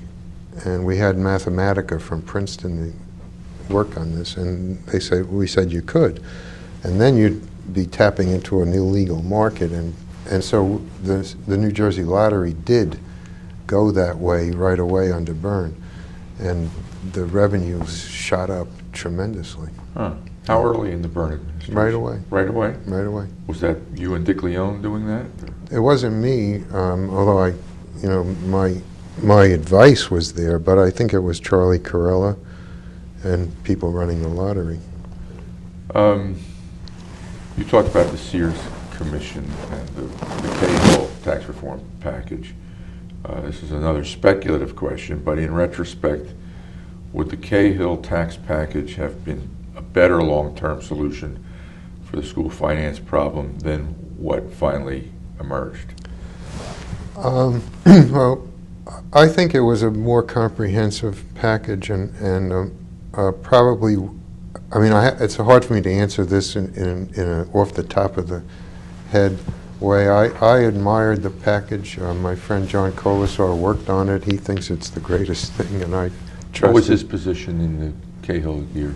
He just worked on he just worked on writing that Cahill Commission report for Bill Miller. He was a journalist. He was a writer. Yeah. Okay. But of course, he had also been a state official. We worked together at Community Affairs under Hughes, and I really think he's one of the smartest people around. He says Cahill's thing was much better. I would go along with it. But I don't think it could have been done, and you can't come back with something that failed. So it was too far-reaching. I think people weren't ready to have a statewide property tax, which was an essential element. But in any case, we didn't go that way. They still might not be ready for a statewide property tax. Maybe. But you know, I don't know, we may be jumping back and forth here, but at some point we should talk about why the Byrne school finance program eventually was found to be unconstitutional and changed and changed and changed over all these years until what we have now. Let's talk about it now. Why was that? Well, I didn't understand. There was a provision that this would be reviewed after 5 years, and to see if they had caught up sufficiently, the poor districts. And apparently, according to the school finance reformers, they had not. I thought that, and I didn't. I was out of it by then. You know, I just had other things. I wasn't a student of it. But I thought we made a big mistake in the implementation of it. When Bill Shine was on my little group, What was his position? he was acting education commissioner. And I said to him, look, what we don't want to do here is set up this gigantic bureaucracy and, you know, flood everyone with paperwork and spend a lot of money on administration of all this. And he assured me that that would not happen, that need not happen, that in a fairly perfunctory review based on information they already had, they could identify which districts required special attention and which ones didn't. and that they could then focus the resources on improving the actual delivery of education services and budgets of the needy district. We had an education commissioner then came in, Fred Burke, and Shine left.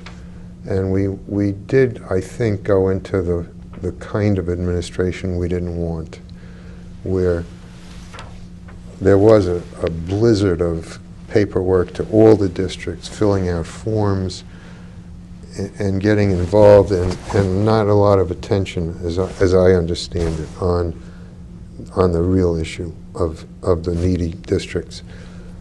So our program rested on the local home rule and that the districts would make their own decisions. But there was also the idea that with the money that they were getting, the state could prompt them and prod them into improving things. And I don't think that happened. So at some point, but it took, I mean, the case was filed in 81 or 82, and nothing happened for 8 years. The Abbott versus Burke case? Yes. Okay. And then Abbott versus Burke mirrored Robinson versus Cahill. Yeah, and then it got resolved after Jim Florio was governor. So that was in 1990. So like 10 years went by. So you don't know what happened by then. I certainly don't know what happened. So, but Florio produced his own brand new school finance reform package before the case came down. And then the case came down, and then his package was struck down as unconstitutional. And then we somehow wound up with a package of what we have now, where 31 districts are the ones that we're worried about and not anyone else. Now people are not happy with that because all the other districts are not getting treated fairly according to them. And people are saying, well, you know, it's the child we're worried about, not the zip code. And you know, there are children who are in other towns, in the 33rd town and 38th town, the 53rd town, who need help in education. And all this state money is focused only on these 30 or 31. And the answer to all that is to go back to what we had and tweak whatever the problem was, which is what they, in my judgment, what they should have done, instead of delaying it and involving in all kinds of court hearings and losing 10 years, and then switching it back and losing what was obviously an elemental fairness to this program, which was every district was treated equally. So we're still chronologically in the spring of '74. Right. You've developed a multi-bill package on school finance and tax reform. And it takes 2.5 years to get that enacted, or more than 2 years to get that enacted? The school portion of it got enacted in '75. You know, that is the formula and the governance issues and all that. And we had a wonderful legislature then. You know, and people like Al Burstein and Steve Wiley and Gordon McInnes and I mean, there's Charlie Yates, a whole raft of really wonderful legislators, and they worked at it, and I'm sure improved it. You know, there was no particular pride of authorship in any of this for me. Just get it done was all I cared about, and I think they came up with, I forget, they call it Chapter 212 or whatever it was, but it passed in '75. The tax portion of it didn't pass until '76.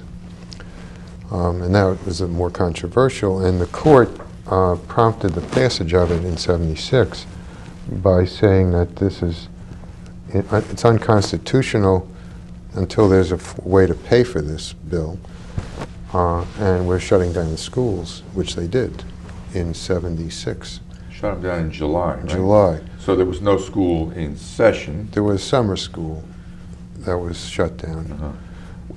In essence, that was putting a gun to the head of the legislature, was it? Yes. But there was more to it. There was more along the way. This was a in 1 year, because of the failure to pass the tax, the budget wasn't balanced, and I think it was 75. So the governor line item vetoed hundreds of millions of dollars of spending. A huge, I mean, unheard of vetoes of spending to get the budget into balance as it was required to be. And it caused havoc in the state. And the legislature got back together and passed some interim taxes to get the budget back to. What kind of taxes, do you recall? I don't really, but they weren't, not income, not sales, not corporate, but little nuisance taxes. And,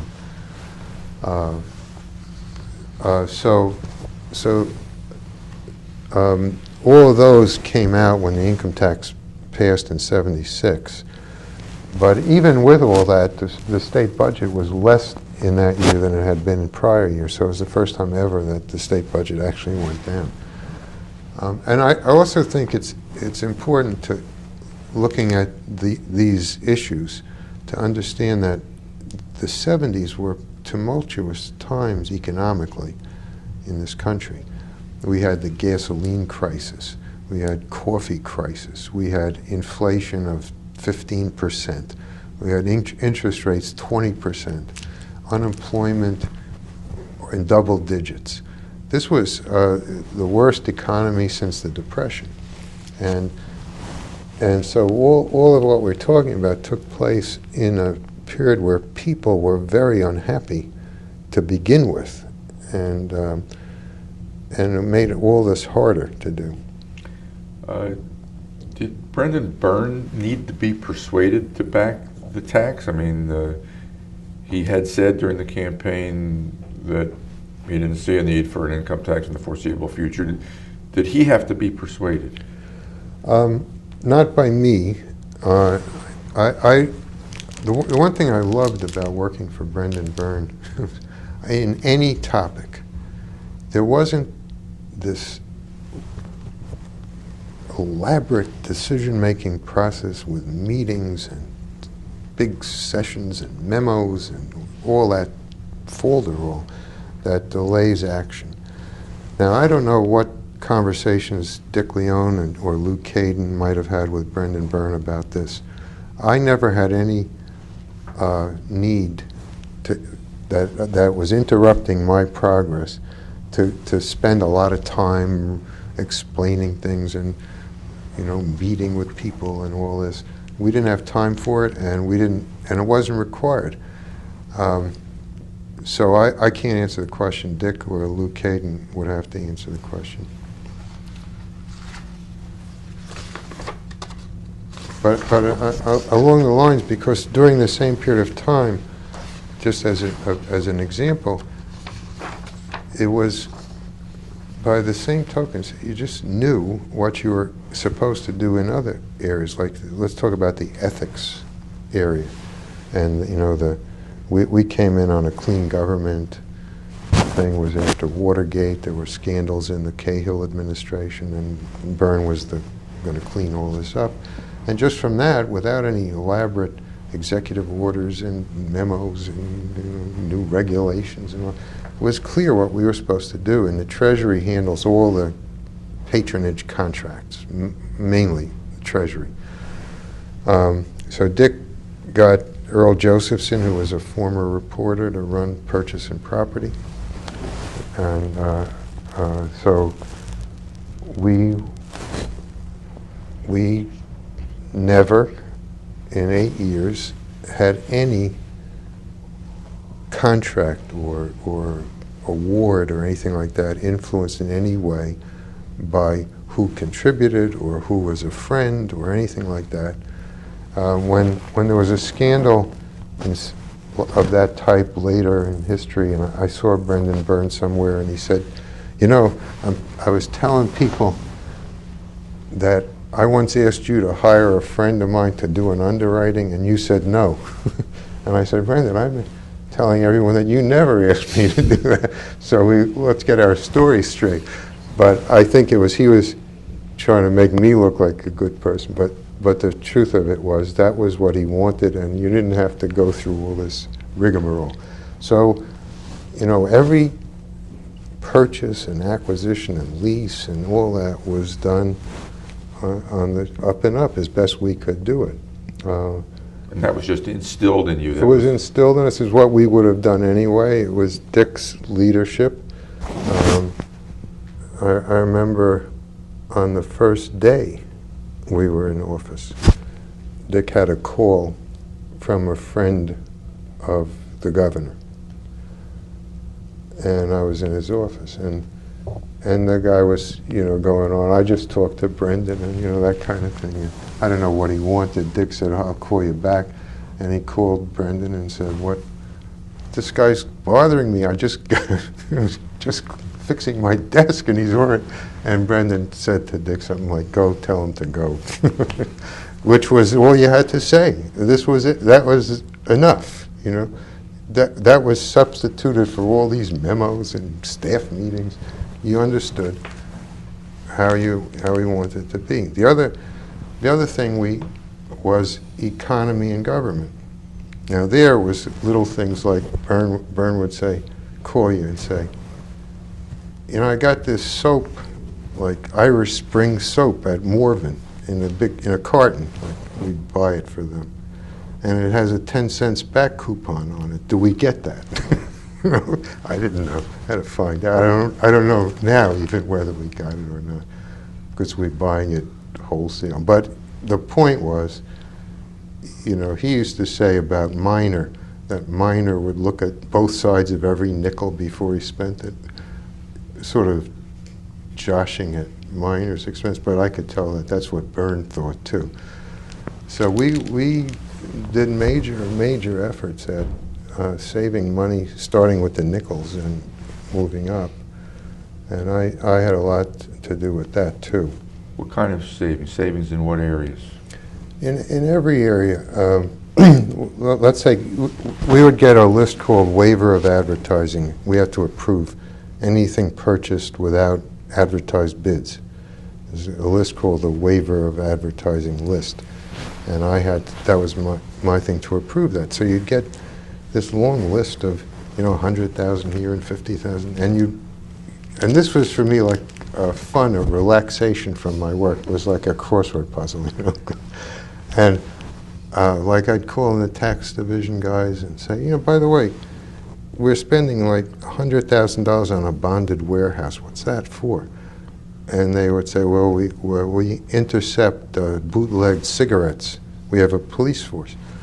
And we store these cigarettes for court evidence. And it's in a bonded warehouse. I said, well, what do you do at the end? And they said, well, we auction them off, but by then it's like 3 years later, it's stale.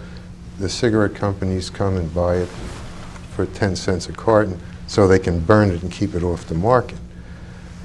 And I said, well, how much would you get if you sold it the day you picked it up? And in those days, I forget, maybe $3, $5, whatever.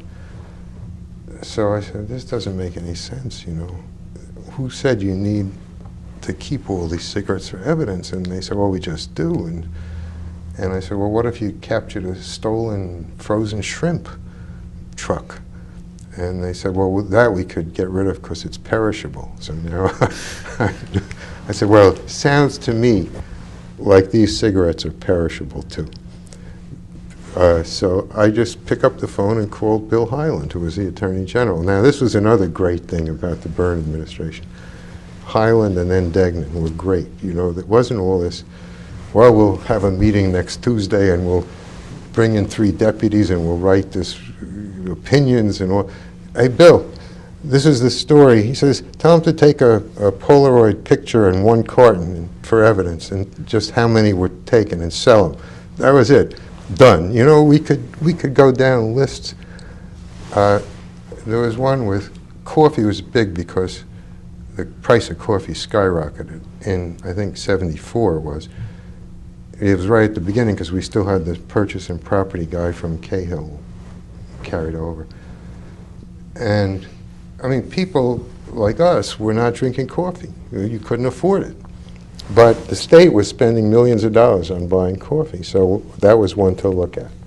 Now, one of the purchase guys said, we'll look at who's using all the coffee and we'll try to cut down the use of it. But in the meantime, you could save, I think, like $70,000 by switching the blend from Colombian to Brazilian.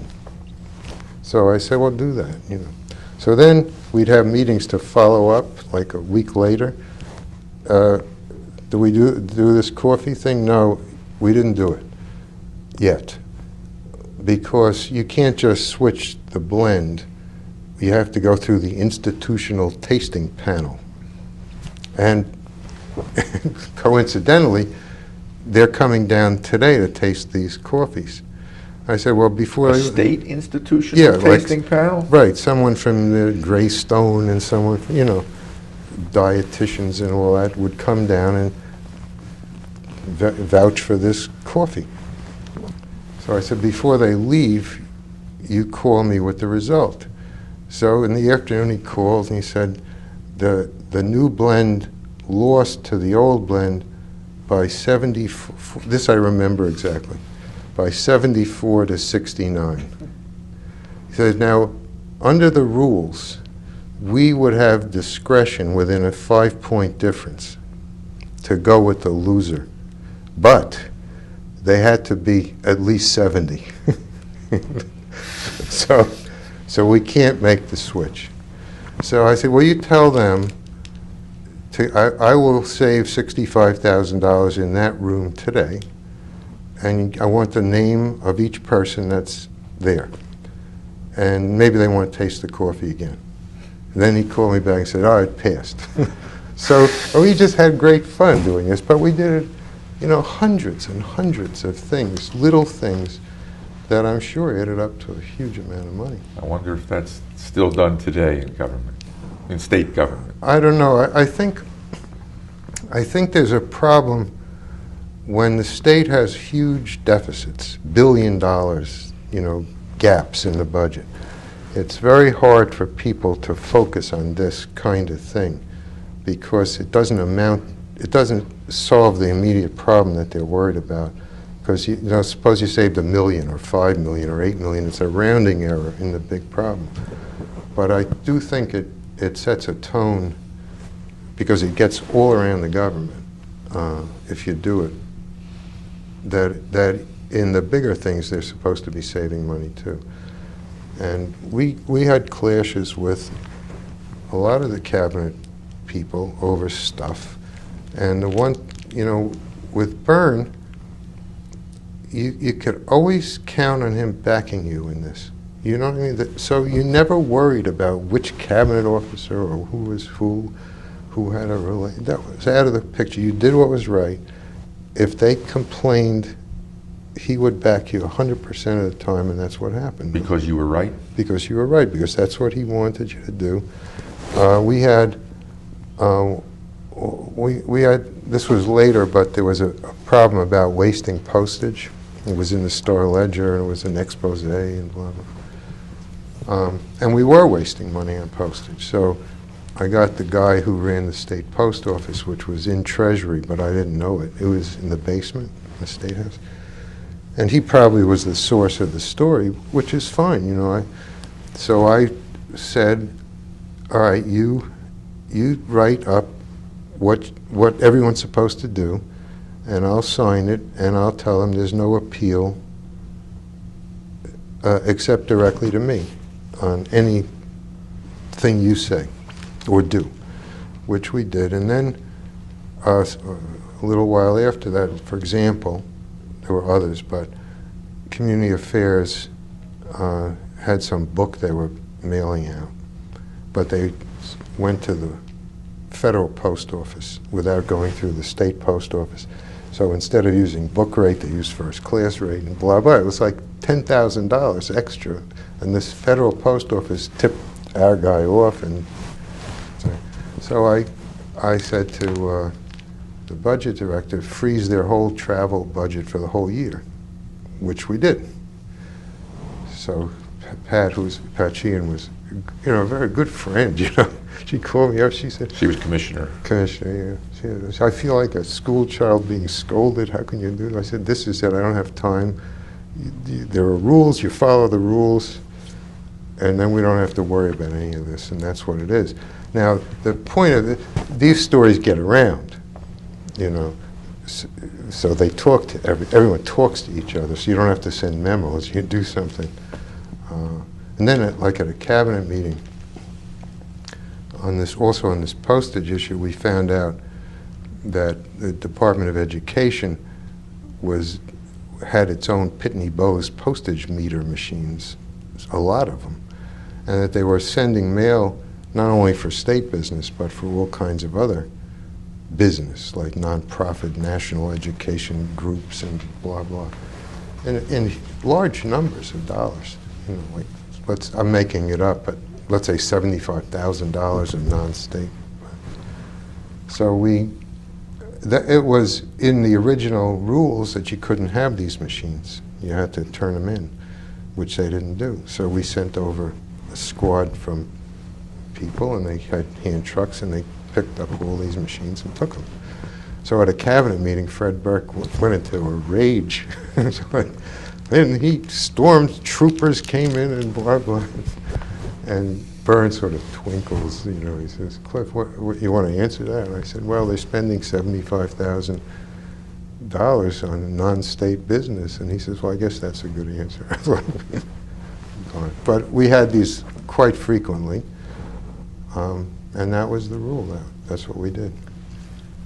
I wonder if we should break or keep going. Let's go. Okay.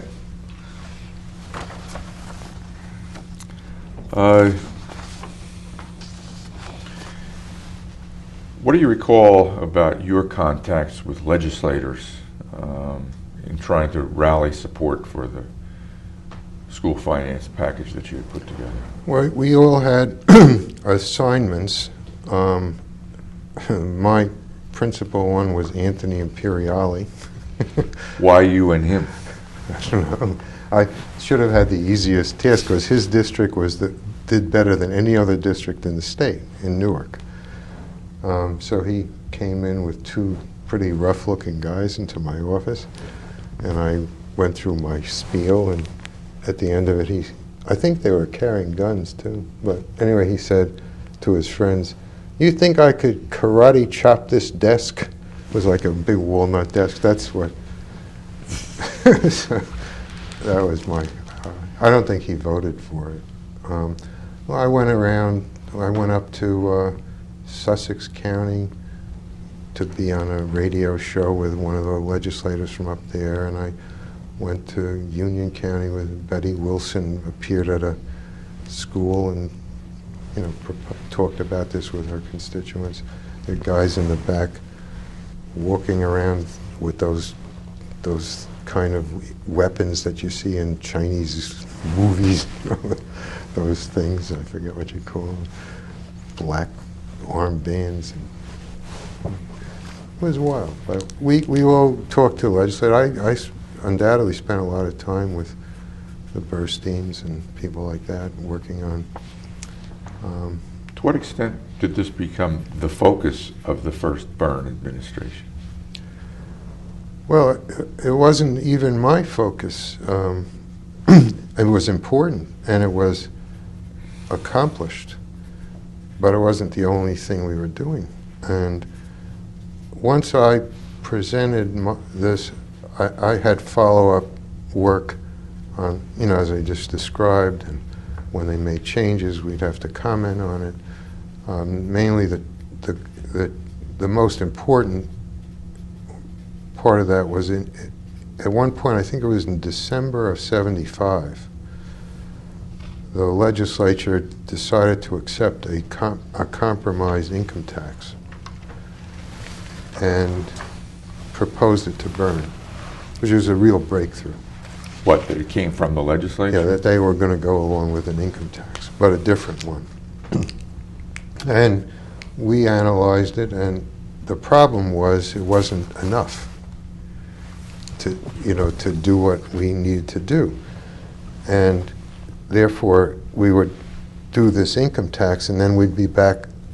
Let's say this was December of '75. We'd be back in February of '76 asking for another income tax to balance the next budget. It was something we just couldn't accept, much as we wanted to reach a compromise.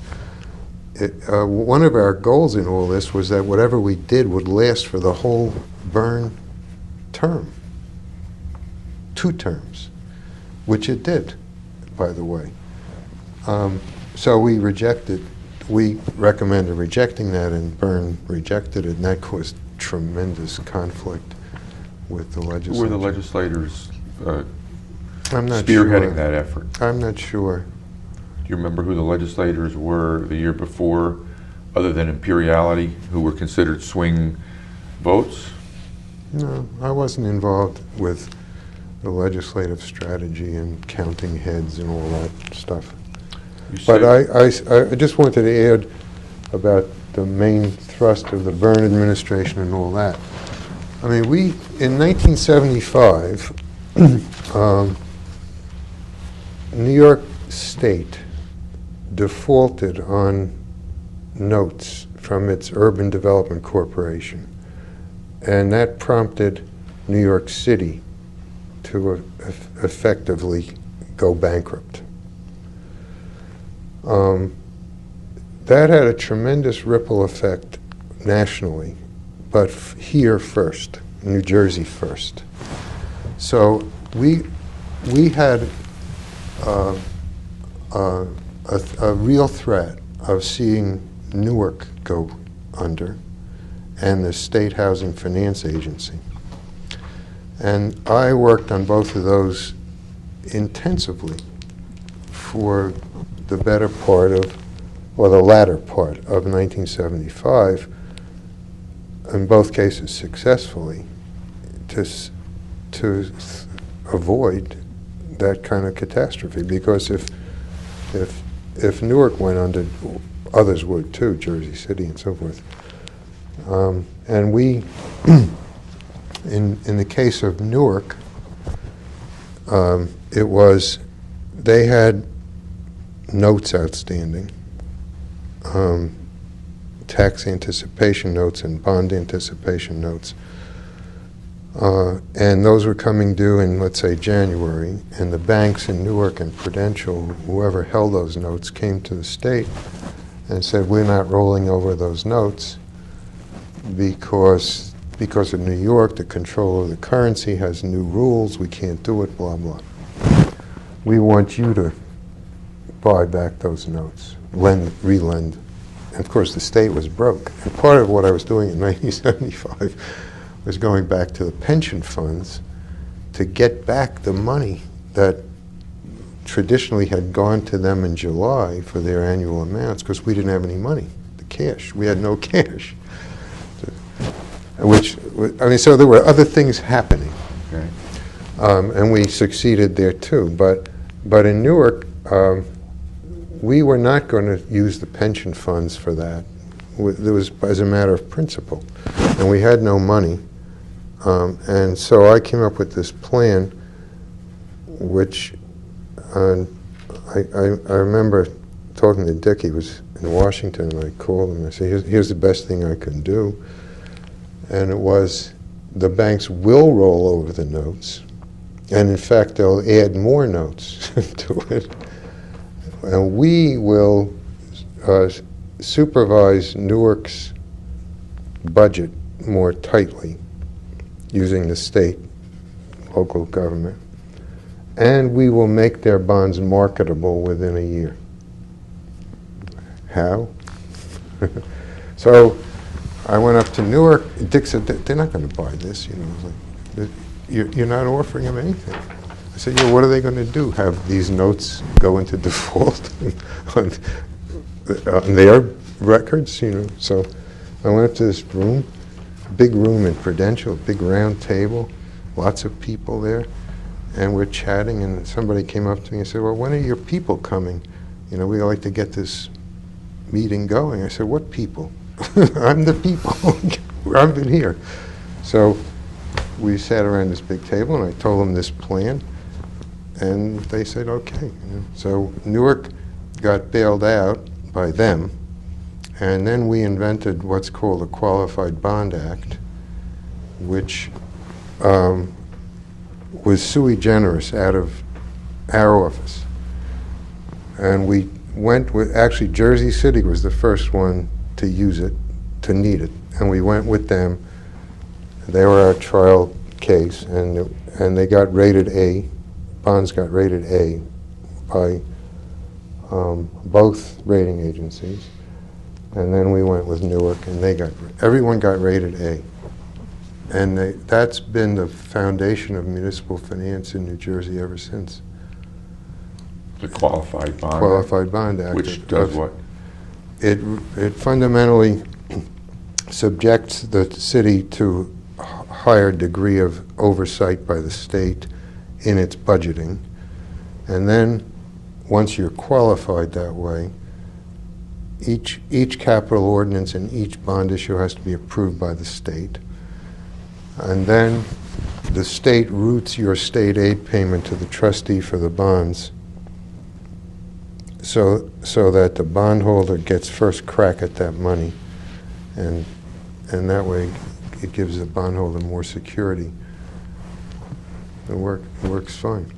So that was, one of the other things we were doing, and of course it didn't ever get any attention because you didn't want to highlight the fact that we had these problems to begin with.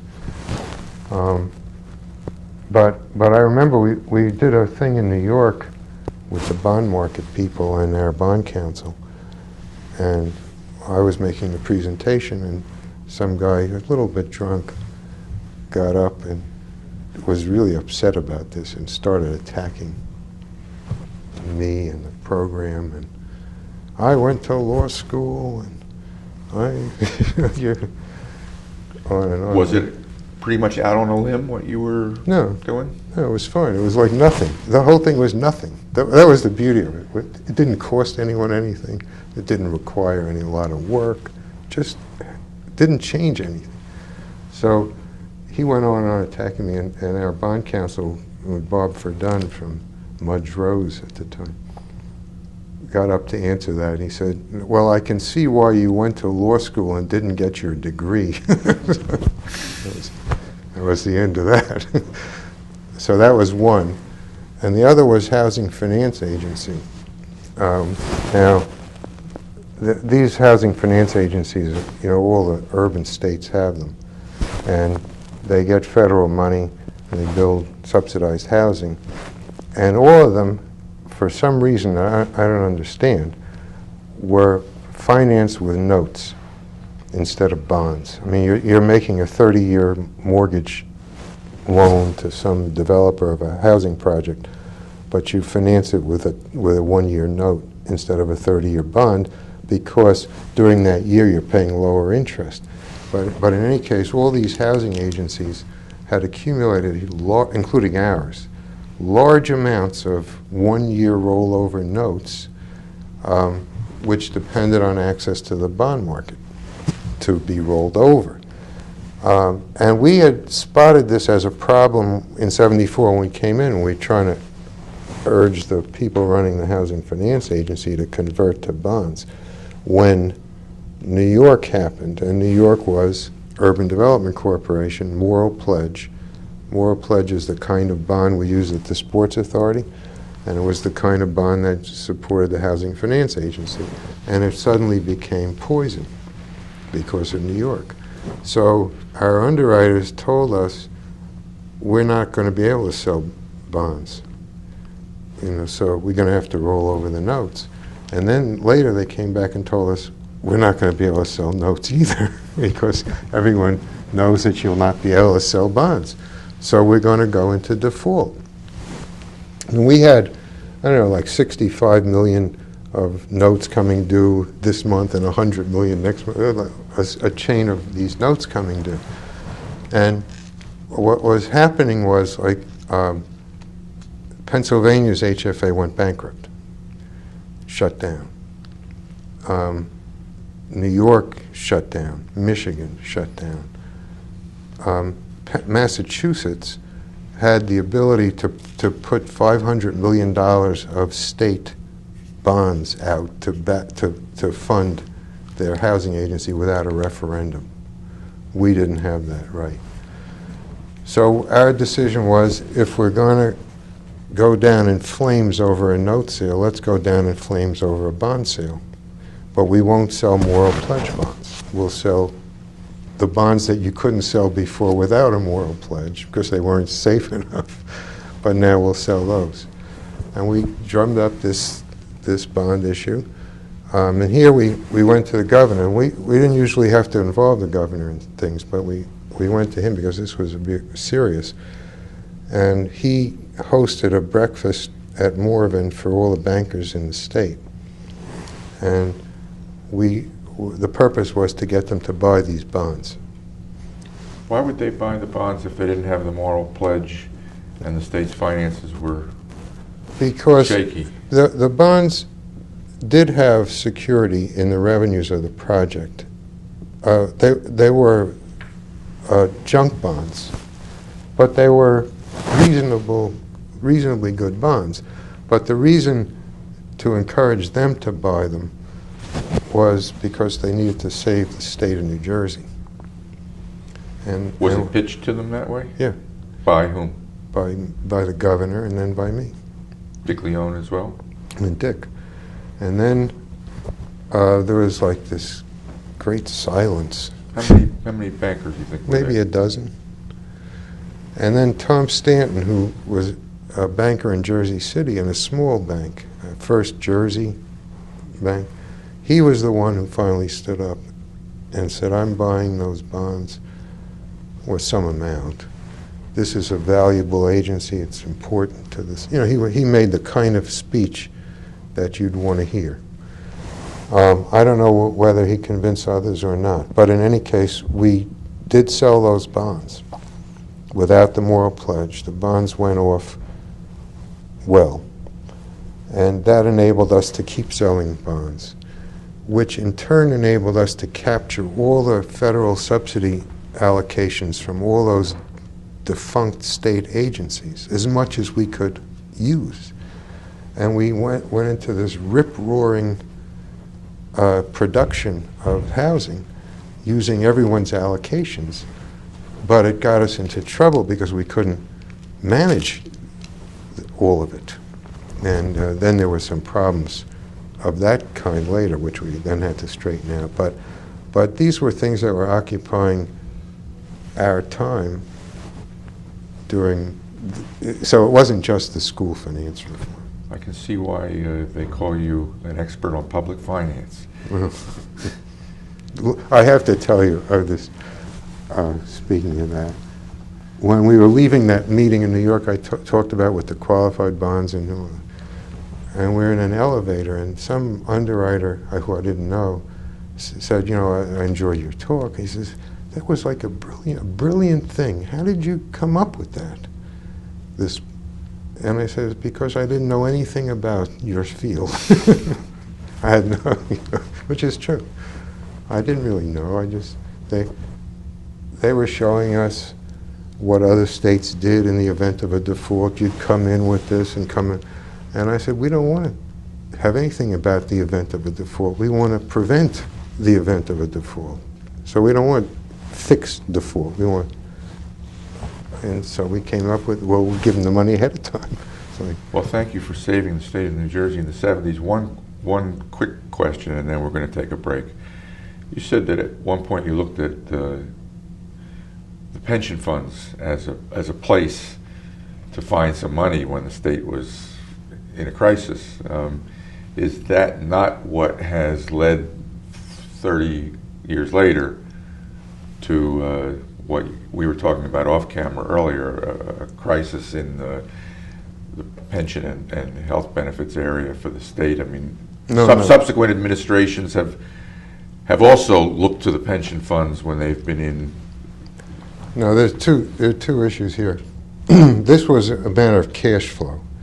We defended in a major way the need to to put in the full amount that was required into pension funds. This was an issue one year in '75 where the Office of Legislative Services said you could balance the budget by skipping a year of pension payments. This was a major issue for us, and we absolutely said, we're not going to do that. That's wrong, and blah, blah. And we had to fight back that attempt. So in terms of meeting the pension obligation, we always did that as a matter of principle. Second, we actually rolled back pension benefits by legislation in the cost of living adjustment that pensioners get. Because of the high inflation in those years, it was becoming too expensive for us to handle. We had problems. And it wasn't a big change, but we rolled back the percentage that they would get from 66 2/3 to 60. But it was the last time, I believe, that you could do that or did do that. What I was talking about was there was really no need to pay them the money in July for that fiscal year, because you could have paid them in April. And they would get the money with interest from July. But the money had been paid over to them as a matter of routine procedure without July being the first month of the fiscal year, without looking at the cash flow projections. And when we had these financial problems during the year and the monies weren't coming in, we had a cash flow problem which could have been avoided by paying them later in the year when the taxes, Christmas sales tax came in. You know, that's a big month in December, and we could have done it that way. So that's what that was about. But we always stuck to the guns on pension. All right, when we continue, whenever that is, we'll take it from 74, 75, 76 and wrap up the passage of the income tax, and then move forward into the second term and find out what you did as state treasurer. Remember to ask me about John Baldwin. Okay. Okay. All right, I'll write it down.